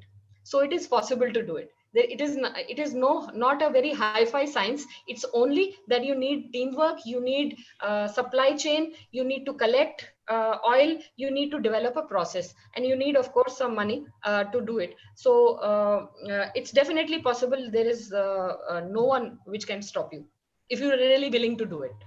Yes, madam. There is another question from Mr. Yash Pandey. He asks, can we generate biofuel at home? Yes, it can be done, but you should have enough of raw material to do that. Okay, okay. At home, we do not generate that much amount of waste oil. In one or two times, we will finish that off. But when you want to Yes, generate yes. it on a larger scale, then you need more amount of. So that can be done on a big scale only and collected Yes, from yes. restaurants. Ma'am, there is another query from Dr. Priya. She asks, we have an energy conservation club in our college where our students can learn simple techniques. If you can offer some training programs. So, is there any provision of training programs from your side, ma'am? Yes, we can do that. That's not a problem. We can do training programs. That's perfectly fine with Okay, us. then on this we will definitely get back to you, ma'am. Because these are certain things which will really go a long way in not Yes, only in energy conservation but also, using lot of waste oil for a very very good purpose. yes, Ma'am, there is another question. You spoke about upscale to produce biofuel at state level. Then yes. what are the steps which has to be taken in this regard? So there has to be a supply chain management. It's a different field, really not science, but it's governance, it's management, and in this there has to be policy change at the state level. Then only this problem can be solved. So at present we are doing at a very at small levels, in universities or maybe a small city, an area level. So till now, Government of India has opened this initiative. You can check on the internet. It's called RUCO, RUCO, where they try to collect waste oil in large scale containers, and then you can also provide biodiesel, and then it is stored. And at government level, where the diesel is distributed in petrol pumps, it is blended along with diesel. So if you want to do it at a state level, that calls for policy change, the biofuel policy change at the state level and also at the central level. So if that policy change occurs, then all vendors will be very much willing to provide waste oil, and they will not use that waste oil again and again for developing hazardous food. You know, street food which you eat on the footpath is actually not good for health, because it is not the oil which they have bought from the supermarket. It is the oil which they have procured, the waste oil which they have procured from a restaurant free of cost, and that, which is what they burn and then provide the food to you. That's why it's not good. So it's a health policy which the country has to develop, that you should not sell any product which is fried in waste cooking oil. So if this policy changes occur at state level policy and central level policy, then these problems can be solved at the state level. So these things are being solved, and people at governance level, they are aware of these issues. However, there are always bottlenecks on how to solve. There has to be more number of people trying to shout that yeah, this is a problem and we want to change it. That's true, ma'am. A lot of initiatives being taken to develop new innovations and technologies. Ma'am, there is one more question. Did you receive any support from Startup India? Yes, we are part of Startup India. Okay, ma'am. And now the last question, because our next speaker has already joined us. Ma'am, this Yes. is the last question. What has inspired you to take up entrepreneurship from being a zoologist? Yeah, I think the one, it has to be in your DNA somewhere. A bug, you get it as an infection, and Yeah. the other thing is that you don't want to stagnate. When you get a degree, get PhD, you can teach in a college or you can be a professor, etc. After you attain that stage, then what beyond that? So you have That's to very keep on growing. So entrepreneurship is another next level where you can. It's difficult, but you go. So it's just like playing a game. You just play level one. You're not happy being champion of level one. You want to go to yes, level two, but it's more challenging. You go to yes. level five, it's more challenging. So it's the thrill of going through challenges which motivates. And that's true, ma'am. That's true. So, ma'am, I once again thank you. Despite, I think there were some connectivity issues from your side, Yes, but despite that, you joined us, and believe me, ma'am, I was very much inspired by your talk as part of that FDP, and I am very, very confident that our participants in this webinar series, or through Zoom, and also it is being live streamed on YouTube, they will definitely get inspiration, and many of us are willing to get back to you for getting some training for the same, madam. sure, So thank you we'll so be much, happy.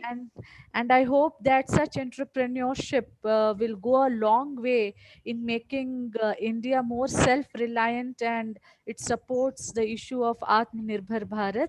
Yes, Thank you so much, Dr. thank you very Vishakha much. Rana, madam.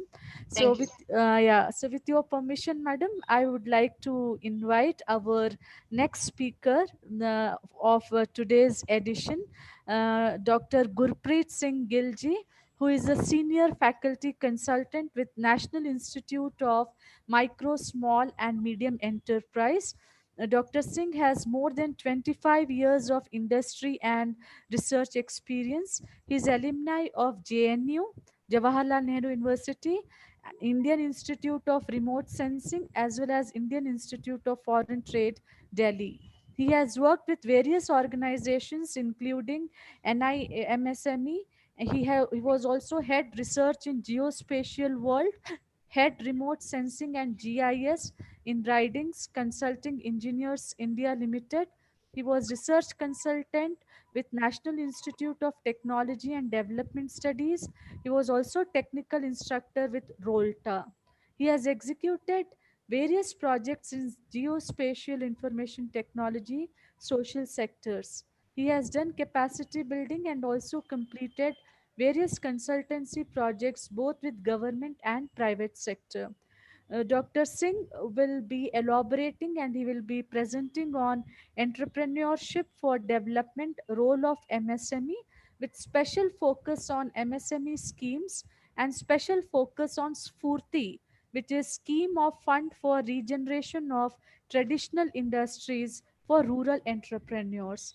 So, Dr. Gill, on behalf of Department of Sociology, Nizam College, as well as Council for Green Revolution, Hyderabad, who are our technical partners, we extend a very warm welcome to you. And over to you now, Dr. Gill.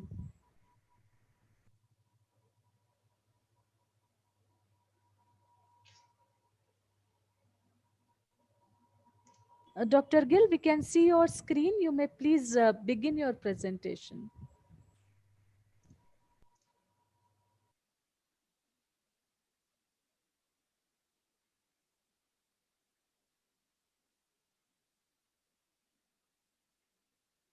Dr. Gill, am I audible? Can you hear me?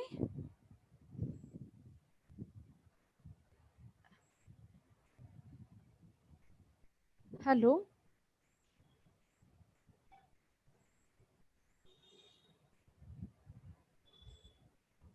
Dr. Gill?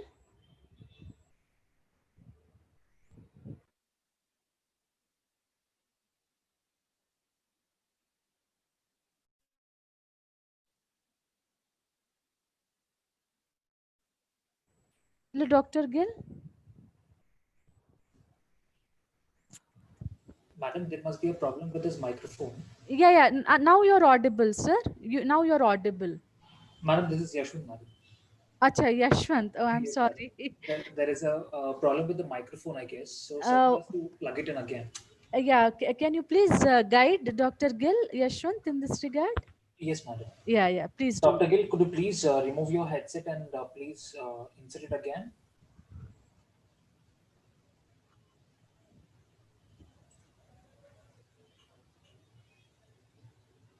Hello.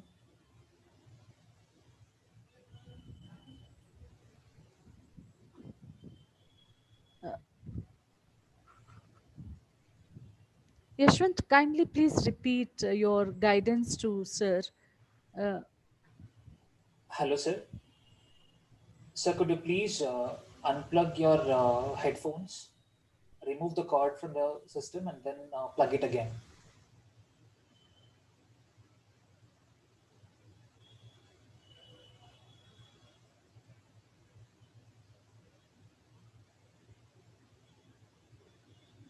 Hello, sir. So your voice is not audible, sir.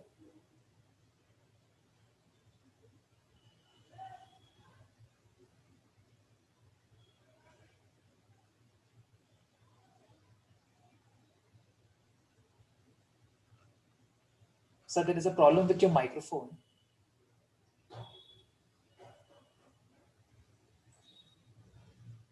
So could you please connect it again?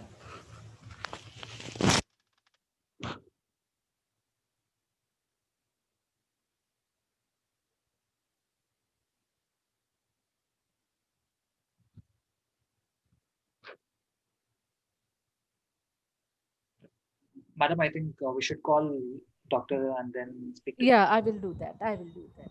I request panel, our participants to kindly bear with us. Just give us few seconds.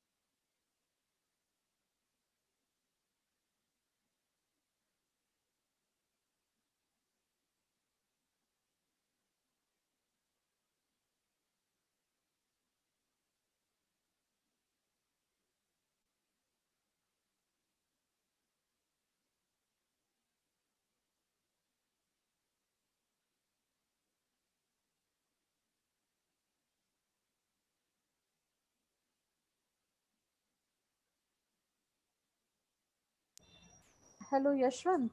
Sir is able to hear us, but somehow we are not able to hear him.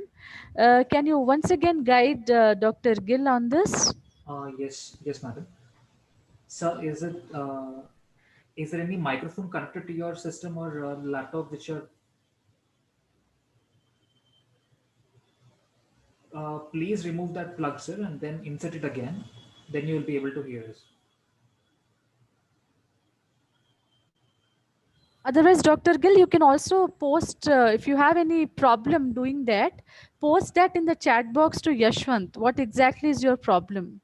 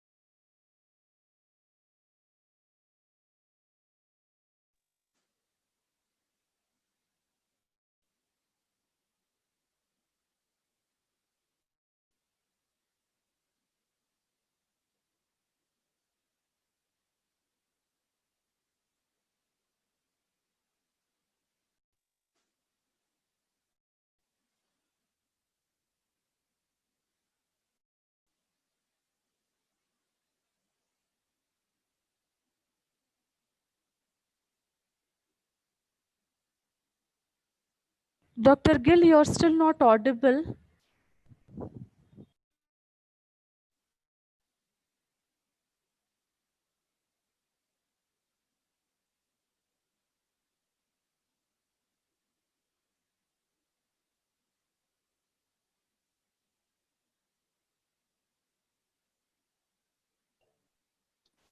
Dr. Vinita Madam, short, Yes. sir is able to send us the presentation. Maybe sir is having some problem from his No, side. no, presentation he's able to share. There is some problem with his mic. That is what he conveyed to me on the phone. Uh, we'll, we'll just wait for a couple of minutes, just 2, 3 minutes.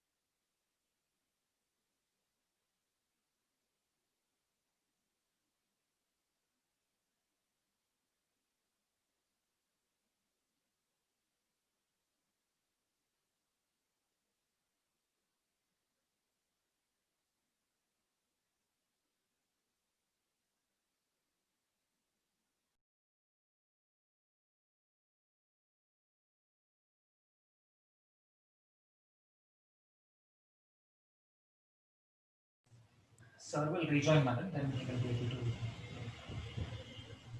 Pardon, Yashwant? Sir will rejoin the meeting and then he will be Oh, able to. okay, okay. Dear participants, please bear with us. Sometimes situations are not in our control.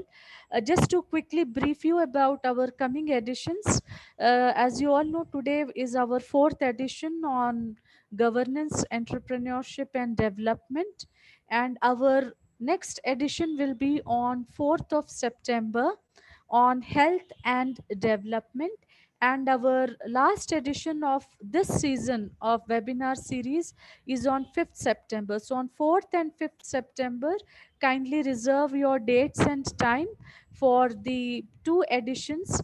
On 4th, as I told you, it will be on health and development, and on 5th, it is an exclusive session on Telangana, the road to developed state. Most of you are from different parts of India. You may wonder that what will you do being part of that webinar, but Telangana is a very, very historical region, and being one of the youngest states in India, it has come a long way in last 5 6 years. So various aspects of the development of Telangana, the challenges we are facing at a state level, and what are the prospects what the state of Telangana can offer. All these things will be discussed and elaborated, and I'm very sure there will be many, many takeaways for all of you, because most of us are from teaching and research field, and how newer states, new political economies, how they emerge, what challenges they face. We will have lot many takeaways from that edition also. So I've already posted the registration link in the WhatsApp group. I'm also posting the registration link in this group also. You can register, and we have only one common registration form for both fifth and sixth edition. So fifth edition is on 4th September, and the last edition will be on Teachers Day, 5th September. So I request you all to kindly reserve your date and time for that. We are trying to fix up the problem. Kindly bear with us for a few more minutes.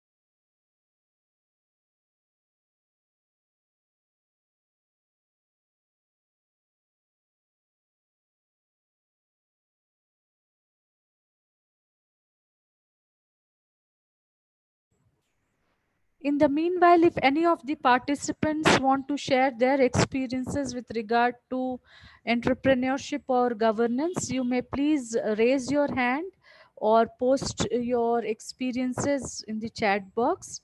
Dr. Gill is trying to rejoin us.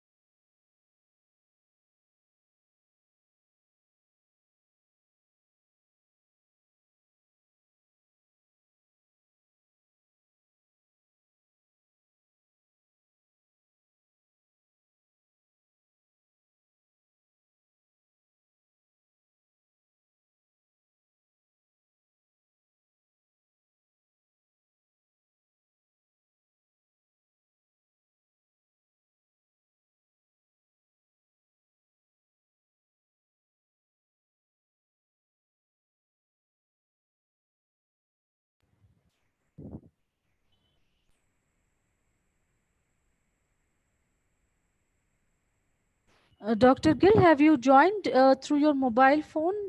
If yes, please raise your hand. We are not able to make out.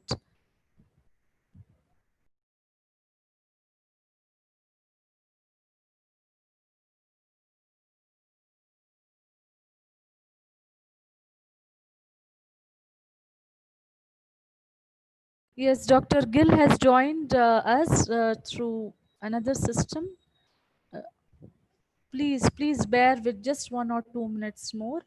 I really appreciate all of your patience and your tremendous encouragement throughout the series so far, and I'm hoping for continuous support.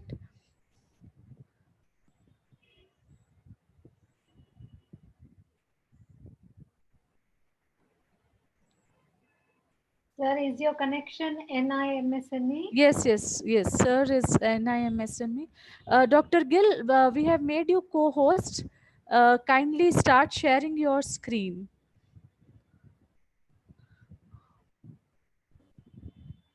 Hello.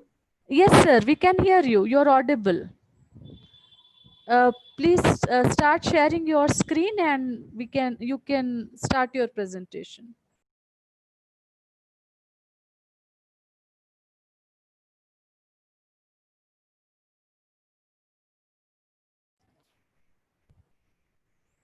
Dr. Gill?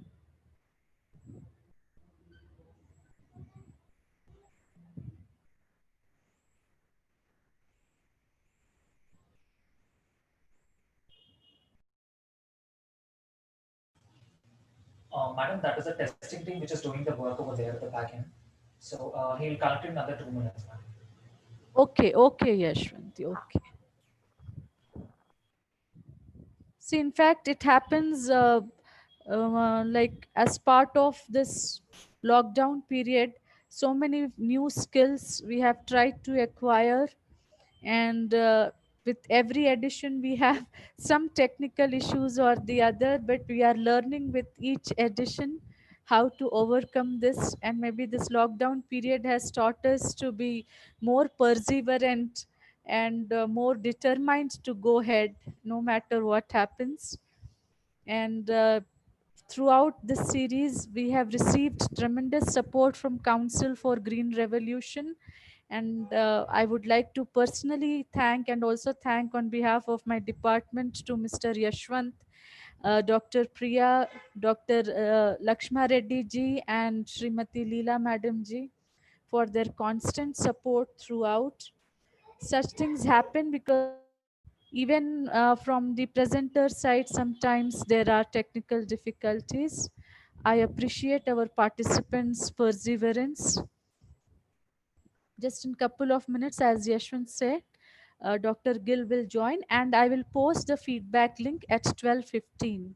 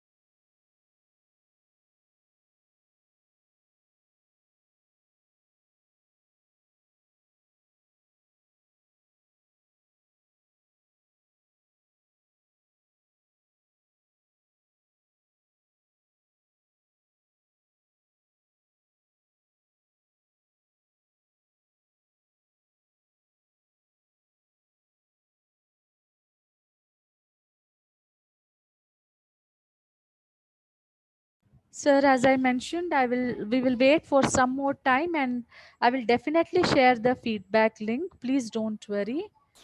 Sri Venkatesh ji, we will definitely share the feedback link. Please bear with us for a couple of minutes.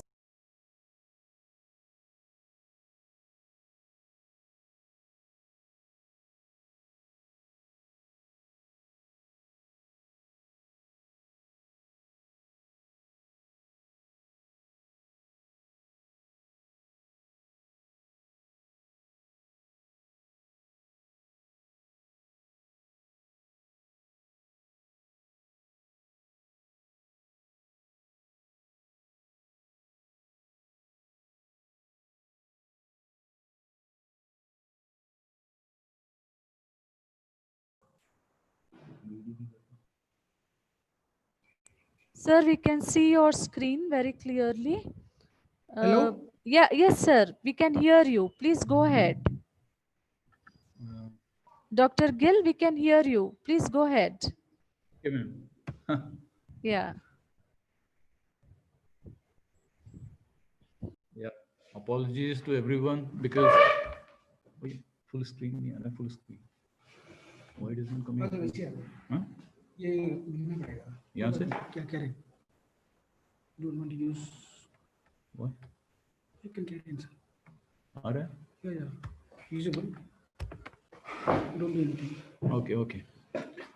It is taking a little time to upload, and sorry for problem from my side. And it was very inspiring from to hear from Vishaka Madam uh, how a educationist become entrepreneur with the same aim. I also joined because for last 25 years I was working in the field of GIS information technology, and I was working in all small cities and everything.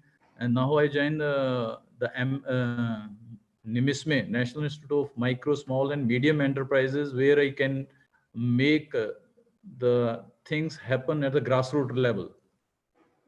Now, ma'am, it is visible. The screen is visible. Yes, Can sir. you see the? Screen is visible. Your voice is also very clear, sir. Please go ahead. Okay, ma'am. So, an incident reminds me, listening to the Vishaka Madam, there's a story of a famous car company. What she was telling about the innovation, the resolute of the entrepreneur, how to survive against all odds. There was a company in Japan when it was before my presentation. I just wanted to share that. And the first year what happened is like they're all financials, it is called the backward linkages and everything, their suppliers, everything, they got bust. But somehow the management said, okay, let us keep going. And another 3 4 years some incident happened where the fire broke out, and again the every thing they have invested, there the company got burned out and everything was destroyed. Most of us will leave entrepreneurship after these two disasters, but the owner of that company went ahead. Another thing happened, like they were preparing initial stages some parts. When they tried to export, the whole consignment was rejected, and again, there was a big problem for them. That was a third major shock. Another shock was there some incident which I cannot recollect. But another fifth, again, there was a big financial bust, and it was the company would have closed. But after this five biggest disaster, again the company management thought, and no, we have to keep going. They were determined. They were very devoted to their cause, and we know, everyone in the world knows their name now. The company is called the Honda. So that is all in nutshell about the entrepreneurship. It is never going to be easy, but this last 2 decades, due to the IT, we have been very successful in IT world over because of our services. But as you know, a current PM, he is emphasizing on Atmanirbhar because large population, our Indian population, lives in rural areas. And in rural areas, there are various schemes which I'll cover in the later on. I'm just giving a brief intro about the entrepreneurship and how it involve, and then I'll come to the MSME schemes and few of other government organization which are working in MSME. So a little bit of MSME data and the schemes. So the word entrepreneur is derived from the French word entrepreneur. In the French, we always the vowels are always pronounced so entrepreneur. It means to undertake and literally translate between taker and go between.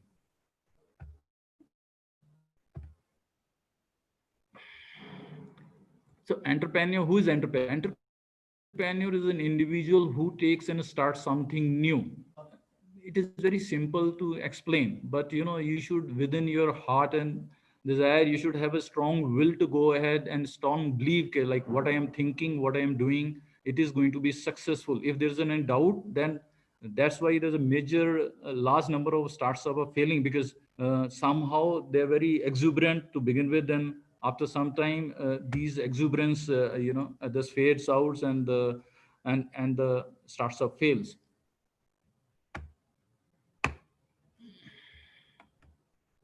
Entrepreneurship is the process of creating something new with a value of devoting the necessary time and effort. The corona has already changed everything, and now after some time we'll call before corona and after corona. This is the time when major small business was shut down, but few people uh, wanted to take advantage of this situation, because all these challenges also give you the opportunity to think beyond your comfort zone, out of the box, and then these things can come. And you will be happy to know, like in March, the India was net importer of all the PPEs. But within 2 months of this setup of various initiative of government and industry, and the interface of that, we were able to export 5 million PPEs in the month of June. So that's how like this is a current setup, and we have to believe this young generation is very very positive about it. And now I think the coming 2 decades and 3 decades will be the decades of entrepreneurship in India. Uh, so I am also touching about the basic functions of entrepreneur. The first word, it was already mentioned by Vishaka ma'am. One is the innovation. So what is the innovation? Unexpected success or failure, or any expected outside event. Because when you are having an innovation, you have to have also, it is not like, for example, somebody who invented rocket. The aim was the rocket should go up, but when we are doing entrepreneurship, we also have to keep into account what if it happens, it fails. So these are all inputs we have to have in innovation, and have to have in entrepreneurship when we are thinking of a long term. Innovation based on process need, the changes in industry and market structure, as I recently explained about that corona, because sometime out of the things which I have never even thought before, okay, this is going to happen, and everything it changes. uh, we are having a very large population, and we are have there's almost 50%, more than 50% of people, they are less than 50 years of age. Matlab, this is such a large workforce we are having, and we are not creating enough jobs. Because few decades back, when we were kids and in schools, we were only taught by our parents to be engineers and doctors. But now, there are more than 300 trades. Even in, if you do MBA, they'll have 100 different type of MBAs. That sort of diversification is happening. So now it is very important. Like, we all, as we educate, as you have already heard, and there's a great example of Vishaka Madam and other people, those who are doing a great work. It is always important to think of the entrepreneurship from the 10th and 12th onward, so that when we are into that workforce, we are not only dependent on something. We also have a, there's a recent example in Maharashtra of some IIT Bombay graduate started the agriculture production of a musambi, and his 1 acre income was 17 lakhs. So that sort of entrepreneurship we are expecting from our young and educated class. I'll I'll move to another thing called organization building. So when we are talking about entrepreneurship, I'll be jumbling from here and to the scheme. So please apologize. I apologize for that. Organization building, perception of market opportunities. These point we can discuss, but from these presentation, I'll also switch off and on from the various scheme and examples, so that you can correlate between what has been taught and how it is things are happening on the ground. So I'll move to another slide. These are basically what are the type of entrepreneurs, because classification according to the type of business entrepreneurs, trading entrepreneurs, industrial. These all things are very, very common, and everyone is aware of that. So I'm not going to talk in detail. Then there is a classification according to the use of technology, and technology entrepreneur, professional entrepreneurs. There are a lot of students which are joined in this webinar. And when I was a student also, I used to wonder, and I even today question so many people. We are the IT superpower, but we have not made any software till now, because all the words and even Microsoft CEO is ours, and Google is CEO is also Indian. But I think this young people, those who are listening online, or various IITs, definitely going to come up with the Indian IT, say entrepreneur, big entrepreneur on the global scale. And that's why the Ministry of MSME have thought a very unique idea, and they have created a website called Champions of the Champions. So the aim is, because any government aim should be to give a leverage to platform to the entrepreneurs, where they can link to, they can have a backward and forward linkages. What I mean to say backward linkages is your workforce, your labor, your finances. And the forward linkages, we were lacking. And most of the startups and some things have failed because of that, was marketing. We know a very big company, the Amazon. They have tied up with Saheli and other rural entrepreneurs, where they are marketing their products, and they have already marketed around $2 billion worth of their products to the world market. And still there's a lots and lots of the way to go, because in the vision of $5 trillion economy, the $2 trillion economy is only going to dependent on the Ministry of MSME. So it is very, very important to have a very coherent ecosystem of entrepreneurs. And you all know, because I also am aware and also touch with that, because maximum benefits are going to be from the rural entrepreneurship.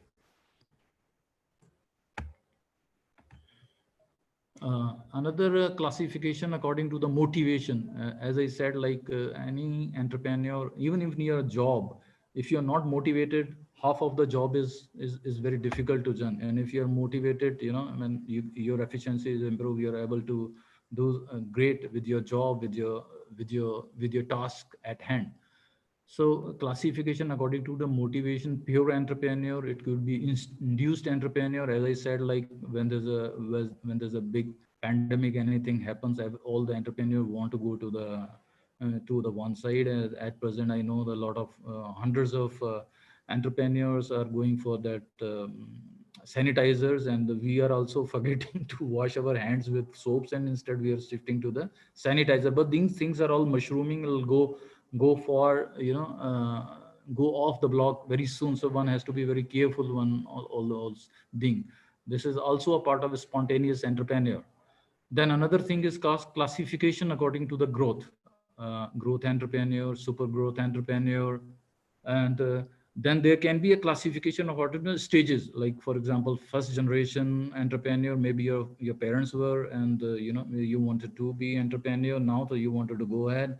Every parent's desire is that their children should be in their profession, and that is also one of the driving force. But it is not necessarily. But now majority of the youth has to shift from the core of services to the entrepreneurship. And there are lots and lots of schemes, but maybe there's a lack of awareness, because most of the time in internet, we are spending most of our time in social media, where we have to be very, very cautious, because internet is such a big thing.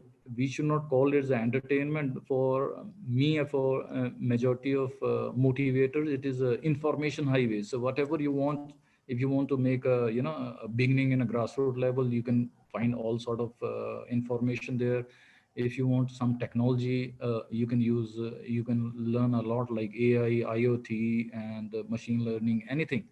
So there's a request, especially to the students who have joined. So kindly focus your energy so that you can be a entrepreneur, and rather than sitting in the line of the people who said this present government or the former government haven't done thing.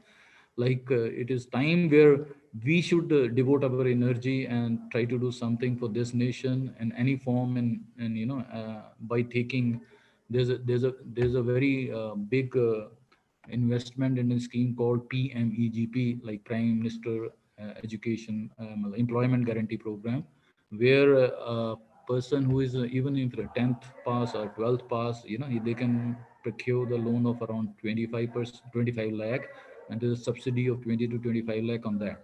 So even if you're a group of friends, so I think that you should pool your resources, five of you combine together, have the dreams, and start small entrepreneurship.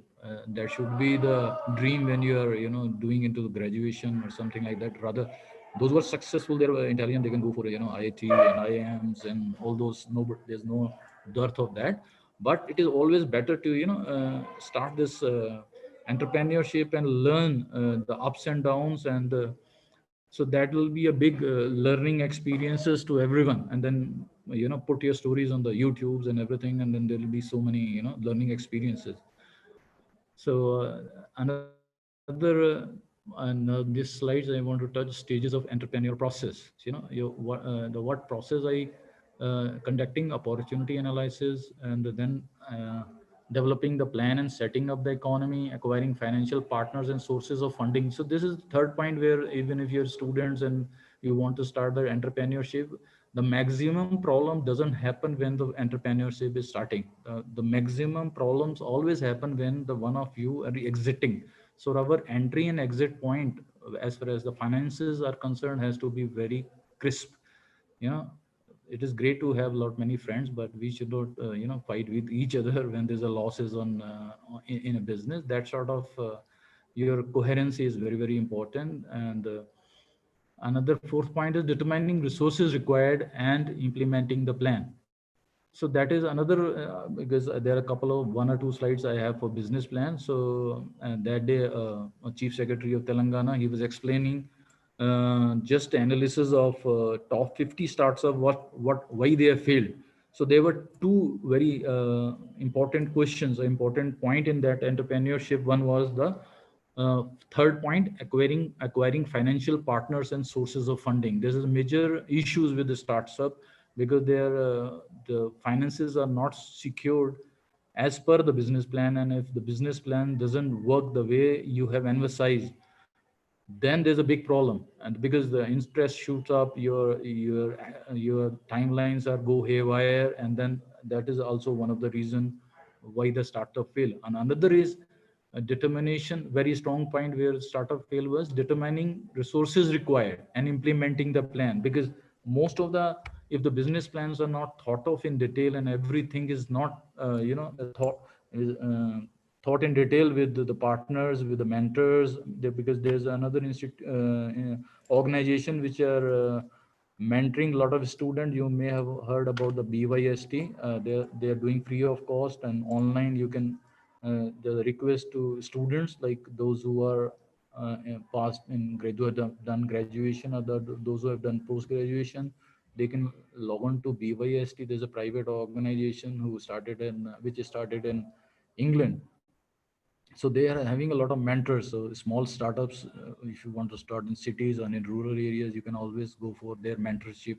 And of course, those who are close to, like the Vishaka madam there, in the university, if you have a one-to-one session with the teachers, you can go there and learn all these things. But it is very very important to have that bent of mind in India, uh, because that is only the way which is going to grow up. Because as you know, there's a financial crisis. A lot of businesses went bust in developed countries, and we were already too much dependent on tertiary services, which we call services. But if we have a very strong entrepreneur base, so the next phase of what you say development will happen in India for sure, and it will be a widespread. It will be very inclusive.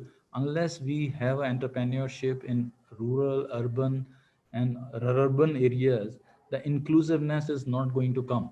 because then there's a lot of pressure on the cities. Professor KK Pandey was already discussing in about that urban areas in the morning. There are lots and lots of pressure on the cities, and they are not able, the infrastructure is not able to handle so much of pressure. And with this pandemic, there are few, one of the big IT company called TCS, you are aware, they have decided that in future, in another 2 years, not in future, in another 2 years, 75% of their workforce will not working in the office but from the home. So that is another one big thing which has come after, will be there post corona. So so there will be a less pressure on urban areas. we are as you are aware, we are very old civilization, more than 3 4 thousand years old, and we have lots and lots of very talented artisans. I'm going to talk a little bit about that Sufurti later on. But in every state, in every nook and corner, we have very talented artisan, but we have not promoted them to that higher level where we should have done. That's maybe the government have started MSME champions portal, because a platform where this, for example, they're all handicraft will come on this one platform, and they'll have a Indian or do you say world market to promote our because that is our heritage, that is our strength. So those are the strength which is going to make a global player. Uh, uh, then one is the role of entrepreneurs in economic development. You know, I have already touched upon the point of services and entrepreneurship, because there's no way, no government, although we will be discussing a lot of time with the WhatsApp group. I am also one of them who discusses, but some that is also a part and parcel of our democracy. But no government can give job to such a large population, and such a large young population between say 21 years to 35 years were looking for jobs urgently. And with this pandemic, lots and lots of businesses have already closed. So entrepreneurship now will be the major, say, engine of growth for economy development. But let me assure you, with this entrepreneurship will face a lot of headwinds for another 1 or 2 years, because we don't know when the pandemic going to end. But then again, those students, those who are studying, they can use this particular time to to increase their skill, to learn cross skills, to make yourself like I am also example, because I was having a lot of problem with my laptop. I was not able to log in, these are a problem. So this also give you a time when you are learning new technology, and also how to exchange your idea with the people, those who are sitting miles away, because at present we are interacting with each other sitting and across pan India. We are seeking pan India, we're discussing with each other, we are learning a brainstorming session where we'll learn something. That is with this intent we have joined this. So this pandemic also, because in India we are having one of the cheapest data internet, so we can use it very judicially to learn some new skills, new ideas, new schemes, interact with friends, those who are very positive, to those who have done something. Group in a group you can make some entrepreneur group, involve some inspirational teachers like Vishaka ma'am, or those who are belonging to Osmania University, who are the host, Dr. Pandey, and other people, where you can day to day you can have a group where you can have your homework, you can discuss so many things.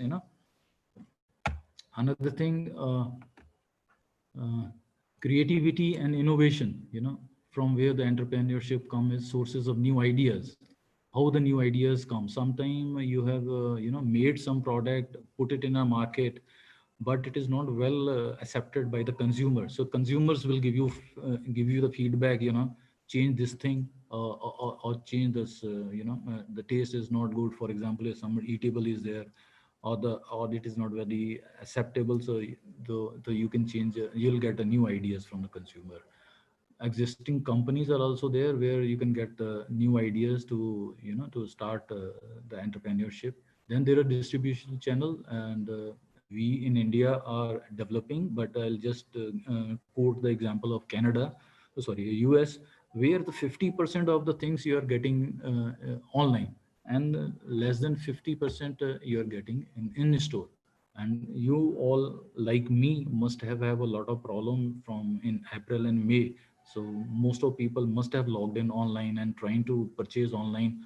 Although in Hyderabad, the kirana shops were not closed, but in many states where the complete lockdown, people have faced all these things. So those who have not no knowledge of online, they were not able to place orders online.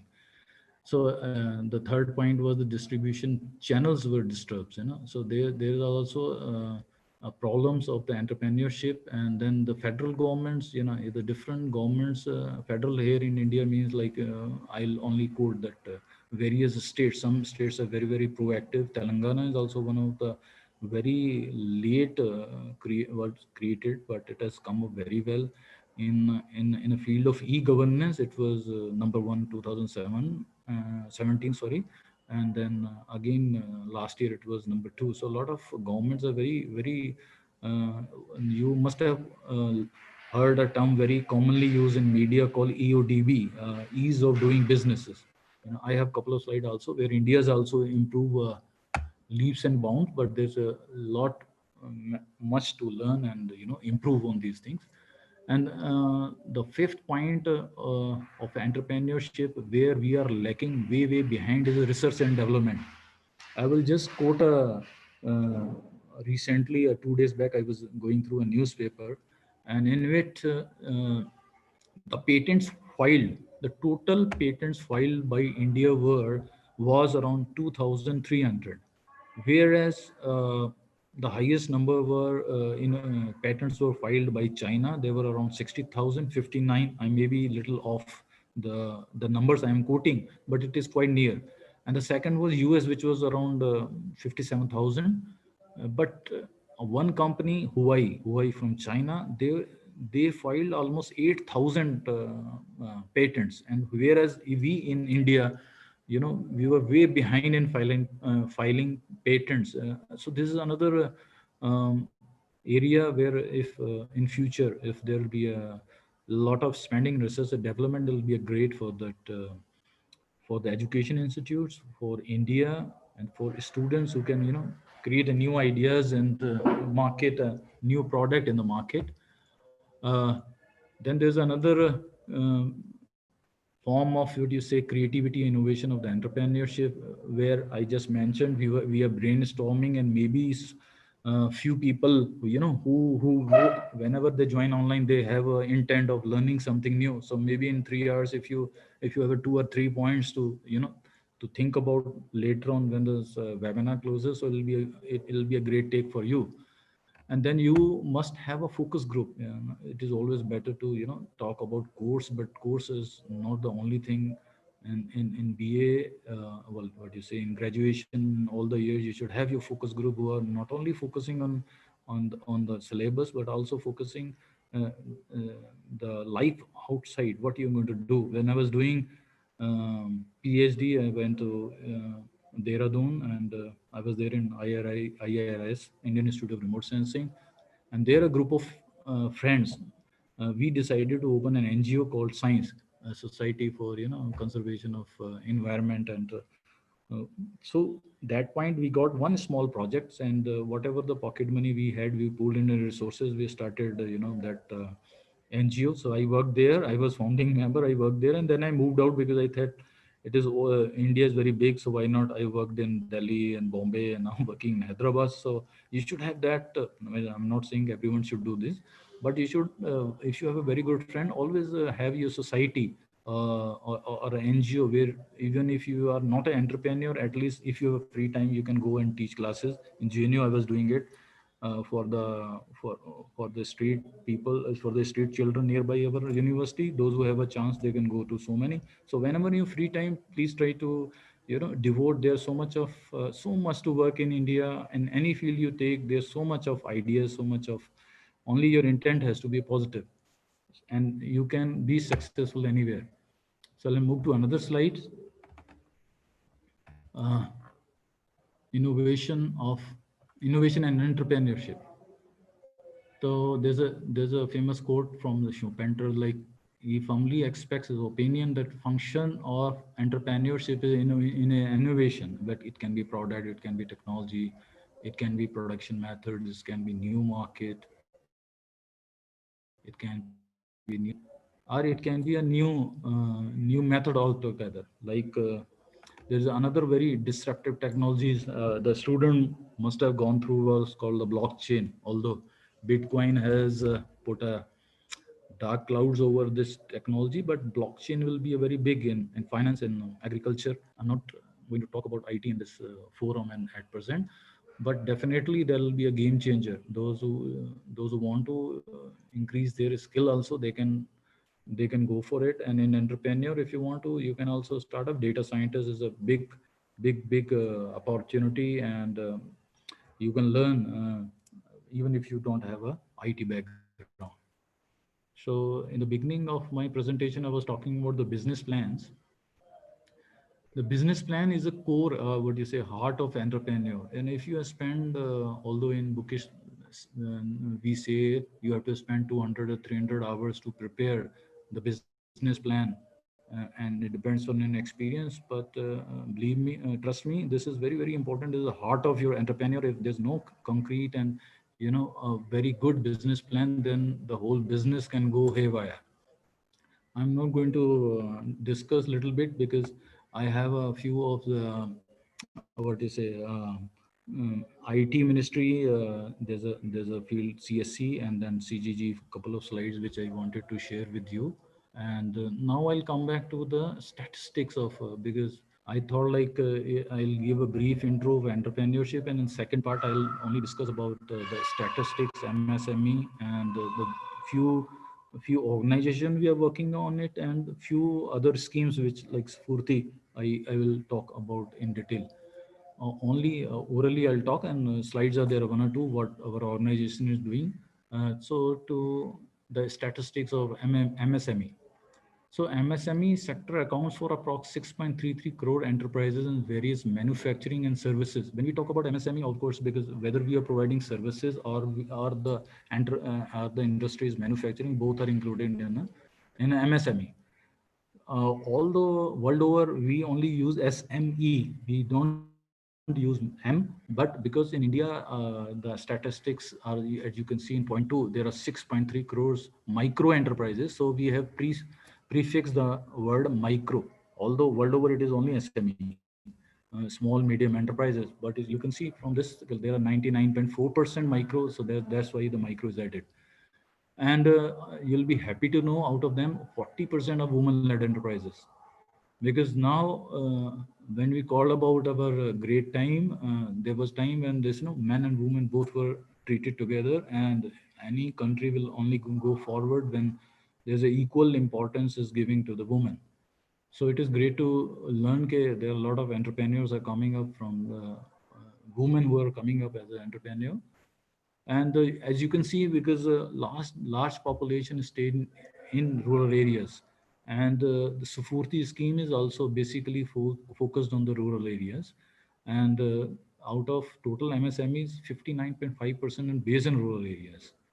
And you can see 30%, 31% of India's GDP is derived from these MSMEs, and out of them 45% of exports, total exports, are done by MSMEs. Although there are other things like jewelry and everything, but they're also part of large unorganized. But these are all data are of the organized sector, because these unorganized sectors are not being taken account. These are only registered MSMEs. So these MSME have created 12.4 crores of job. You just see the number 12.4 will grow exponentially if a lot many people starting their small ventures in the PMEGPs types, where the loan amount is less, but the subsidy is 25%, which is quite handy. So there's another slide like total number of MSMEs registered in Udyog Aadhaar is close to 95.03 lakhs.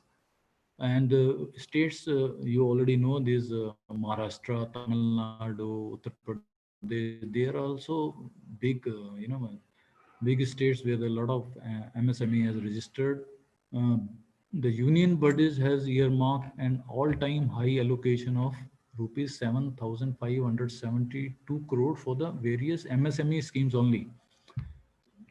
As you know, this is very small amount, but there's been a lot of increase of past 3 4 years, and as we go move forward, and when there's a very important narrative by our PM for Atmanirbhar, we definitely going to see this number going increasing exponentially in another 4 5 years. We are very positive on that. So this was last point was only the intervention due to pandemic, so I'm not going to touch on that. I'll move to another slide. So these are the challenges. Any entrepreneurship have challenges. These are the challenges faced by MSME. Uh, Absence of adequate and timely banking finance. So that this first point is very broadly felt in rural areas because people are not very what you say IT friendly.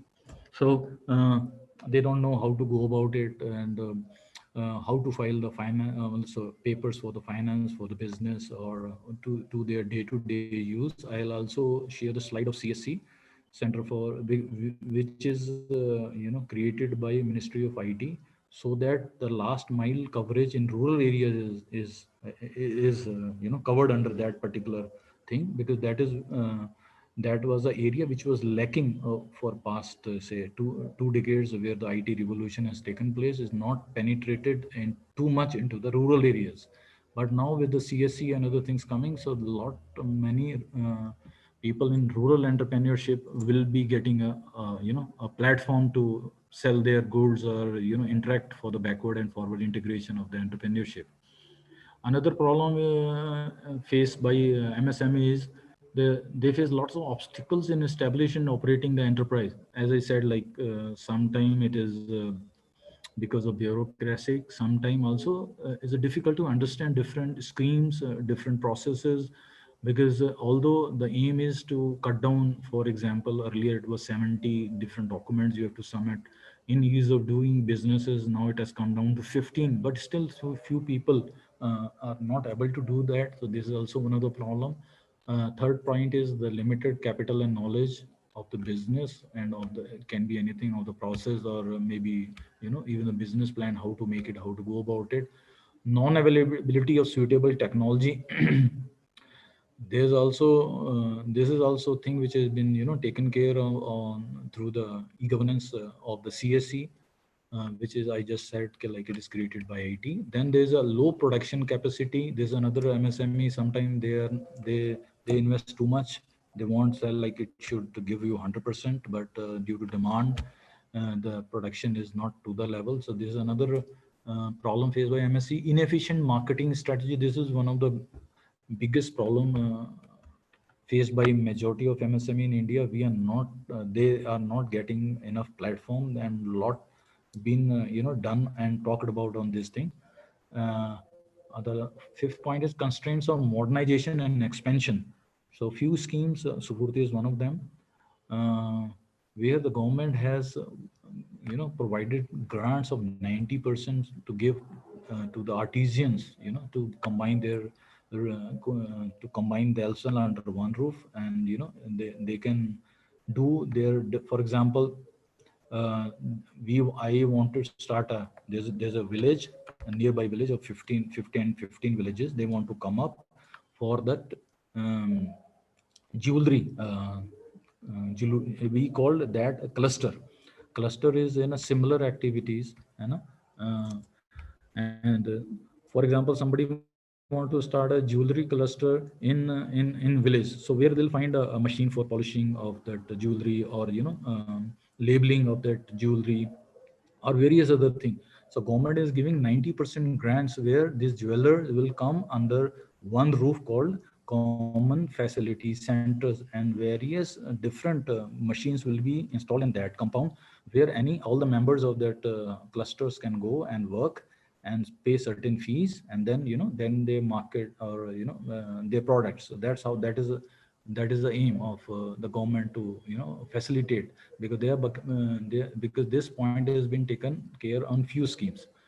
Another problem is non-availability of skilled labor at affordable cost, because you'll find all three different type of labors, non-skilled labor, semi-skilled labor, and skilled labor. So in rural areas, there most of the artisans are semi-skilled. So they are not very skilled on say for working on a machine, because they never been trained on that. But majority of them are non-skilled. So that's why their production is very less.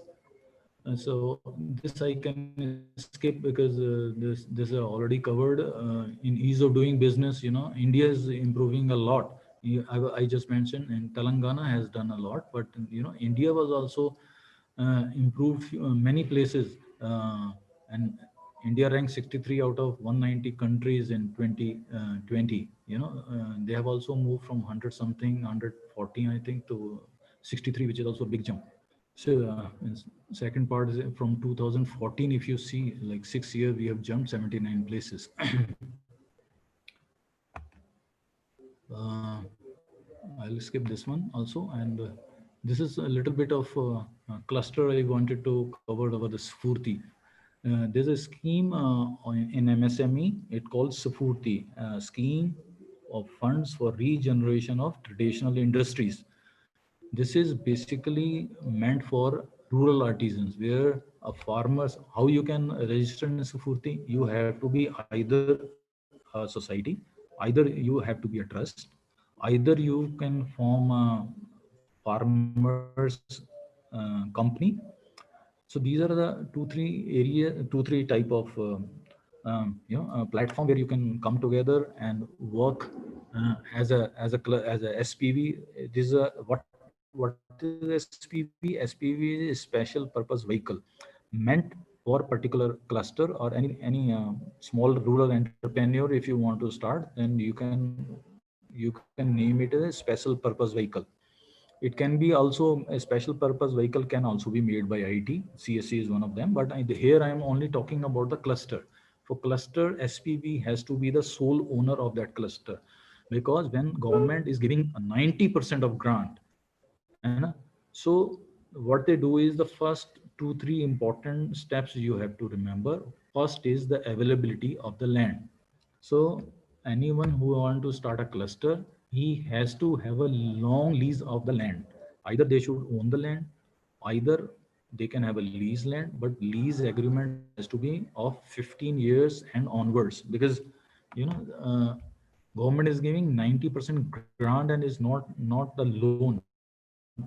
So government is not going to take back that amount longer duration of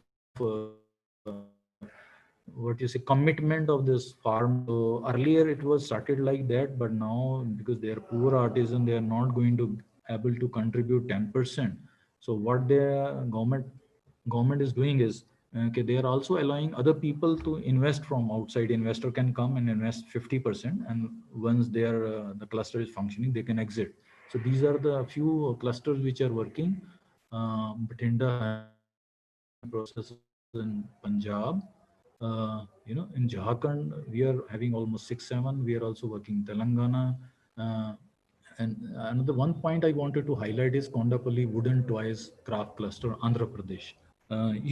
Recently there have been in Ladakh, there have been problem with China. So a PM has given a special directive of Atmanirbhar. He said, like, we should start more clusters on toys.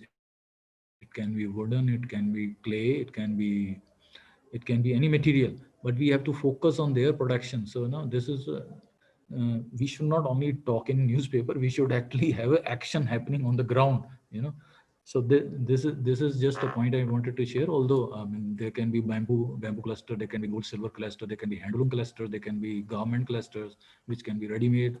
There can be even hilly areas. There can be recently the mushroom also, that is also been included in Sapurti. Earlier there was not. Then there's a big market of coir which is there in Kerala, Tamil Nadu, West Bengal. There's a lot of clusters are promoting a big of coir also. So I'll quickly, because I have taken a lot of time, I think I'll just skip fast.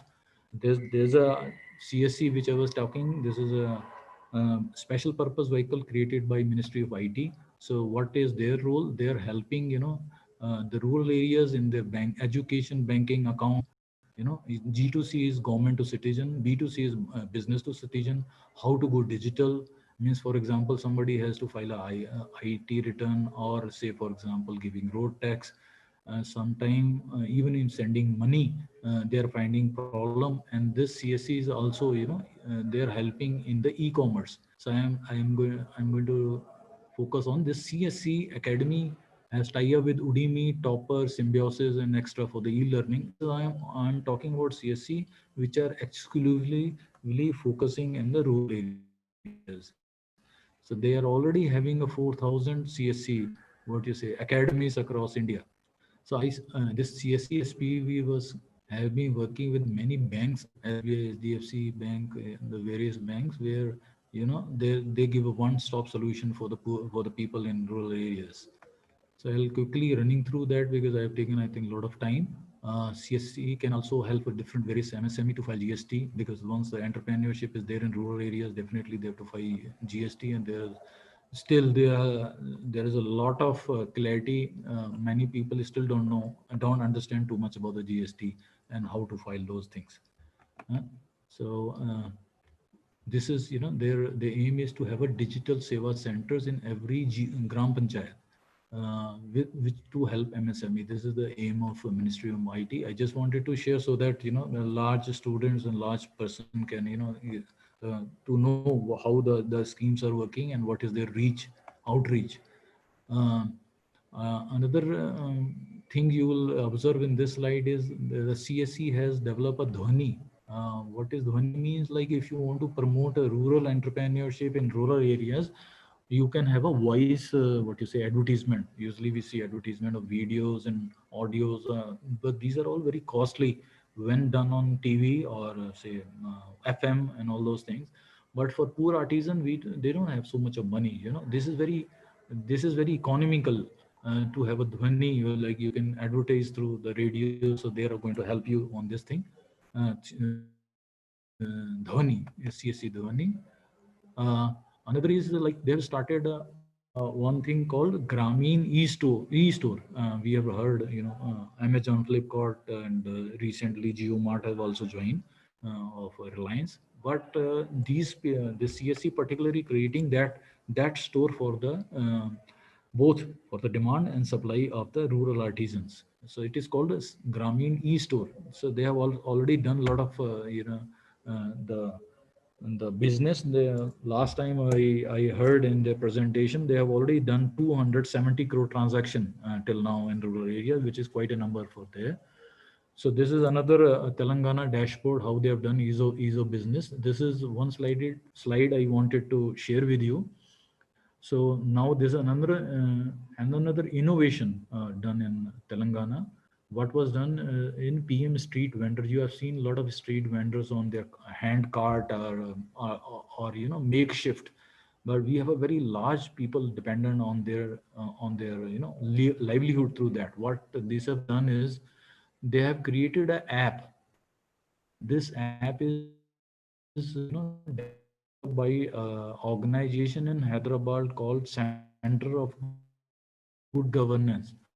So they have already created this app. Then they will be given IDs, and through that they will have it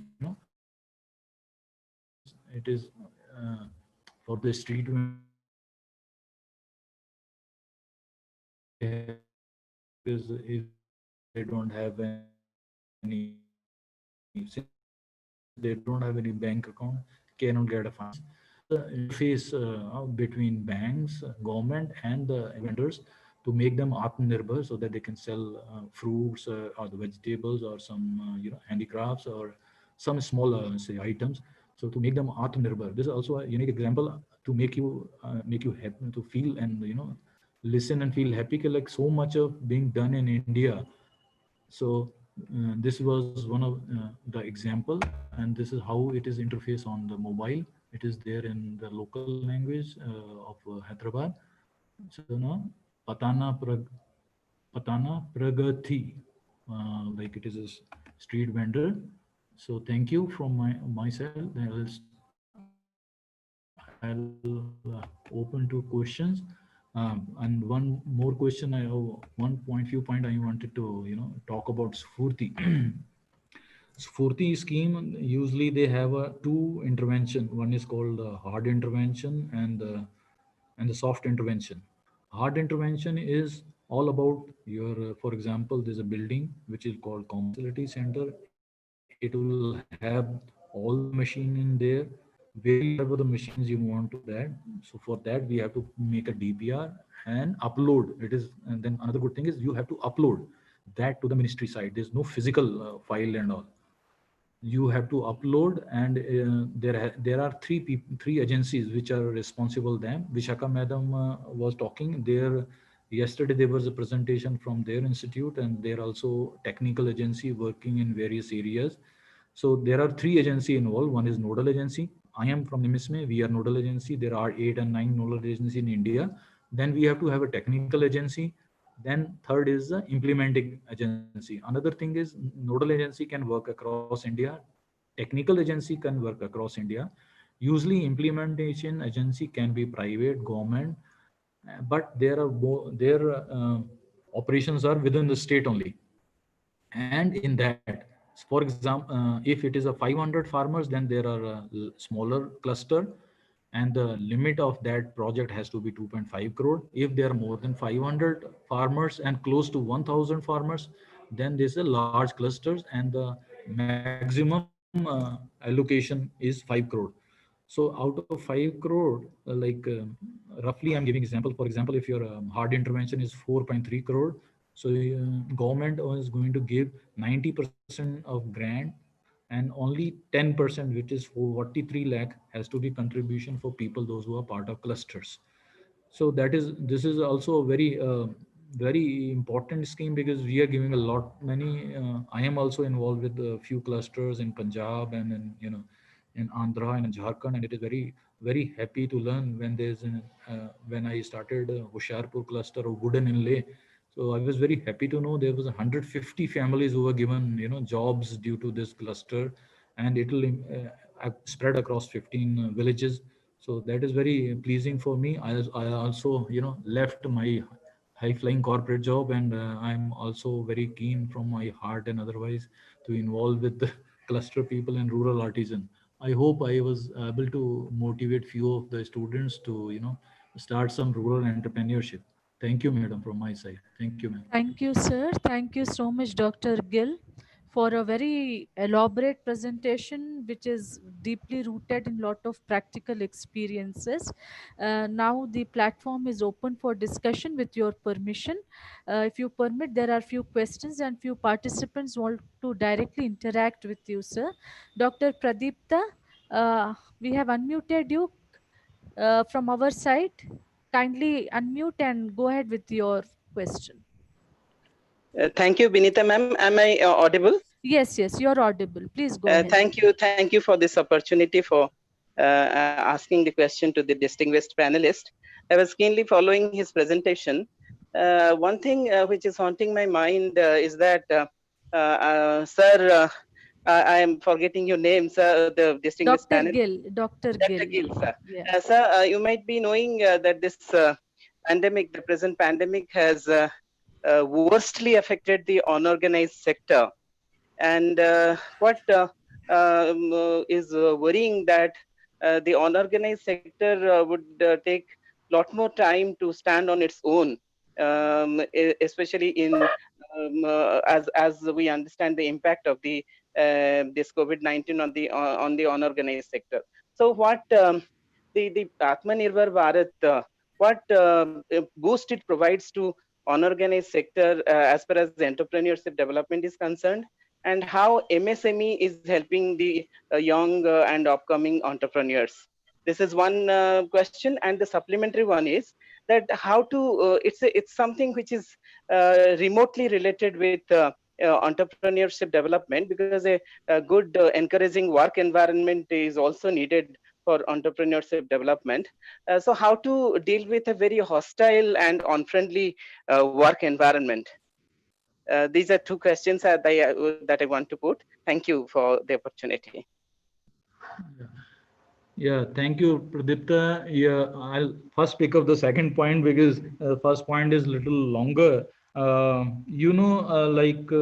In e-governance, when we were all facing a lockdown, and first thing we were doing, we were asked to download that app, and then we were approaching for the e-passes. So a lot of bureaucratic interferences are going away because of EODB.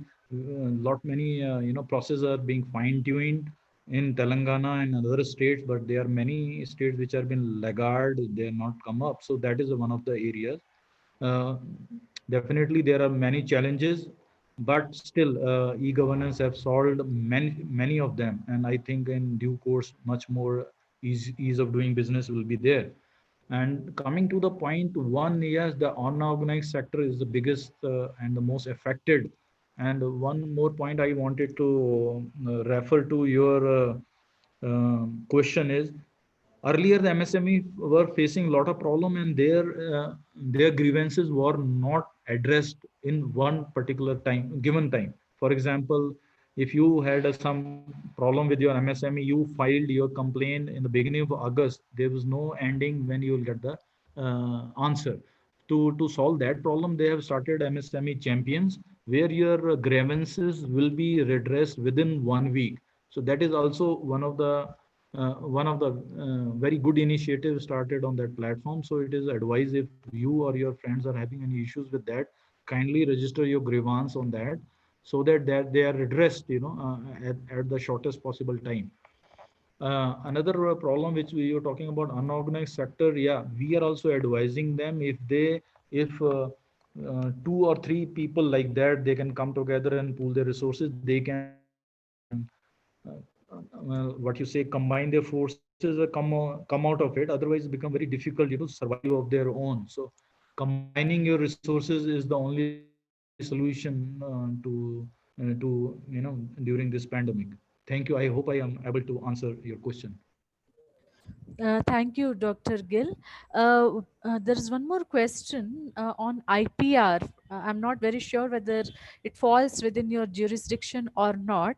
The question is, what is the procedure to get a patent in IPR in academic writing? What type comes under IPR? If possible, if you can respond to this. Ma'am, I don't have a total knowledge on IPR, but there are five or six different section in IPR. One is the design, one is technology, one is that.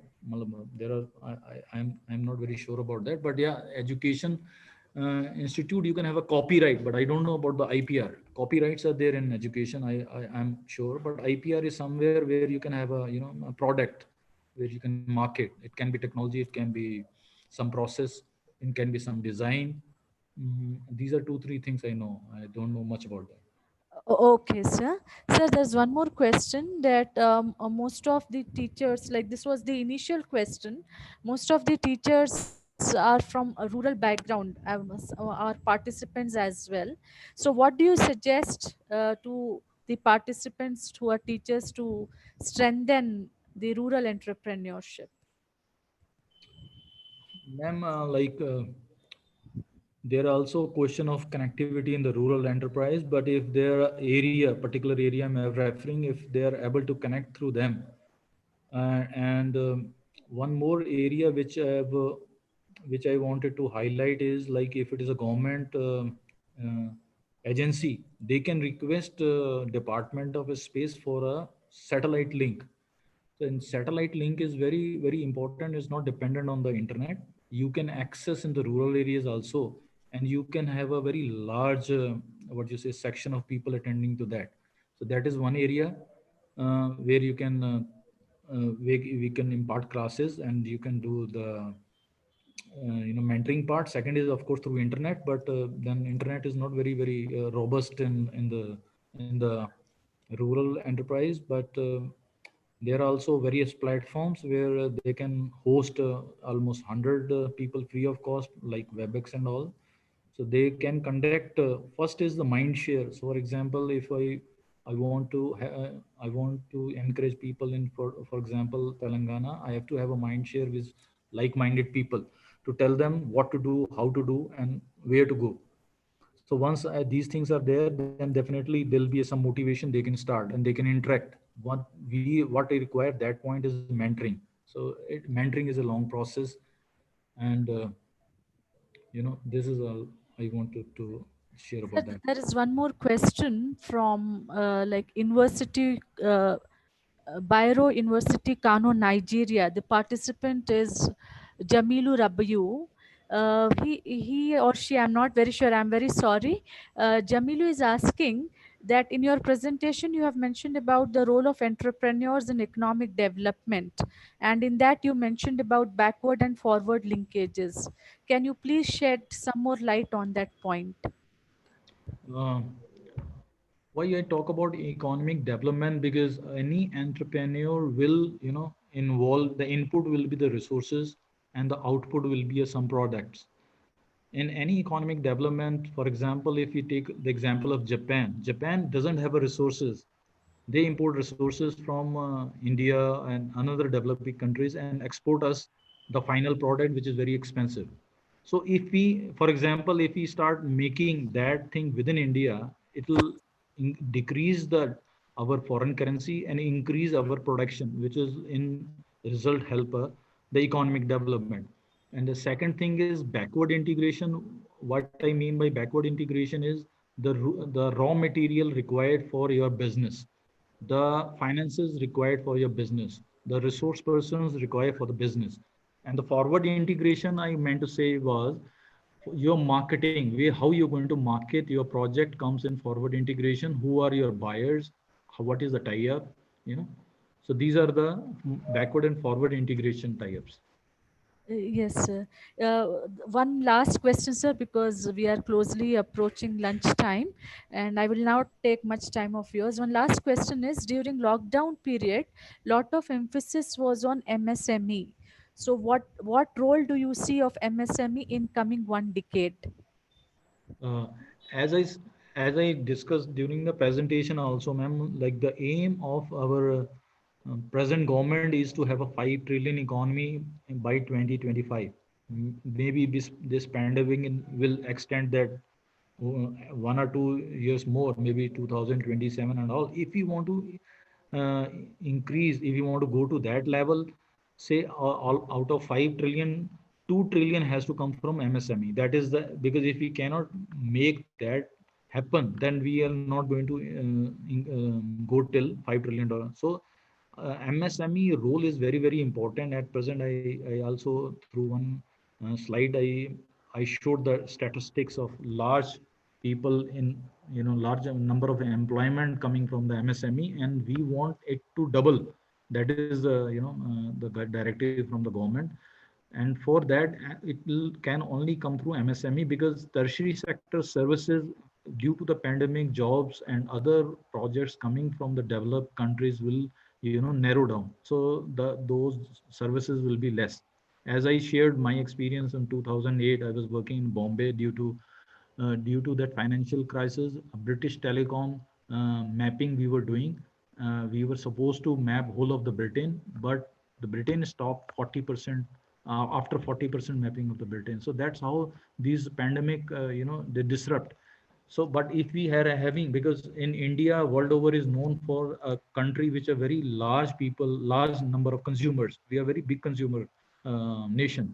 So if we start developing within India, the MSME, the product will be consumed by our citizens. So this is going to give employment also, and those who are earning definitely they'll spend more, and that in turn will increase the consumers. Yes, sir. Sir, thank you so much, sir, for not only a very detailed and elaborate presentation on the role of MSME and with specific reference to Spurti, but also very patiently responding to all the queries. And we look forward for listening to you more and more in future, because as our Honorable Prime Minister and Honorable Nitin Gadkari ji also has said that There is the future belongs to MSME sector, and in lockdown period also a lot of emphasis went on that. So thank you so much, Dr. Gurpreet Singh Gill Saab, for being part of this webinar series.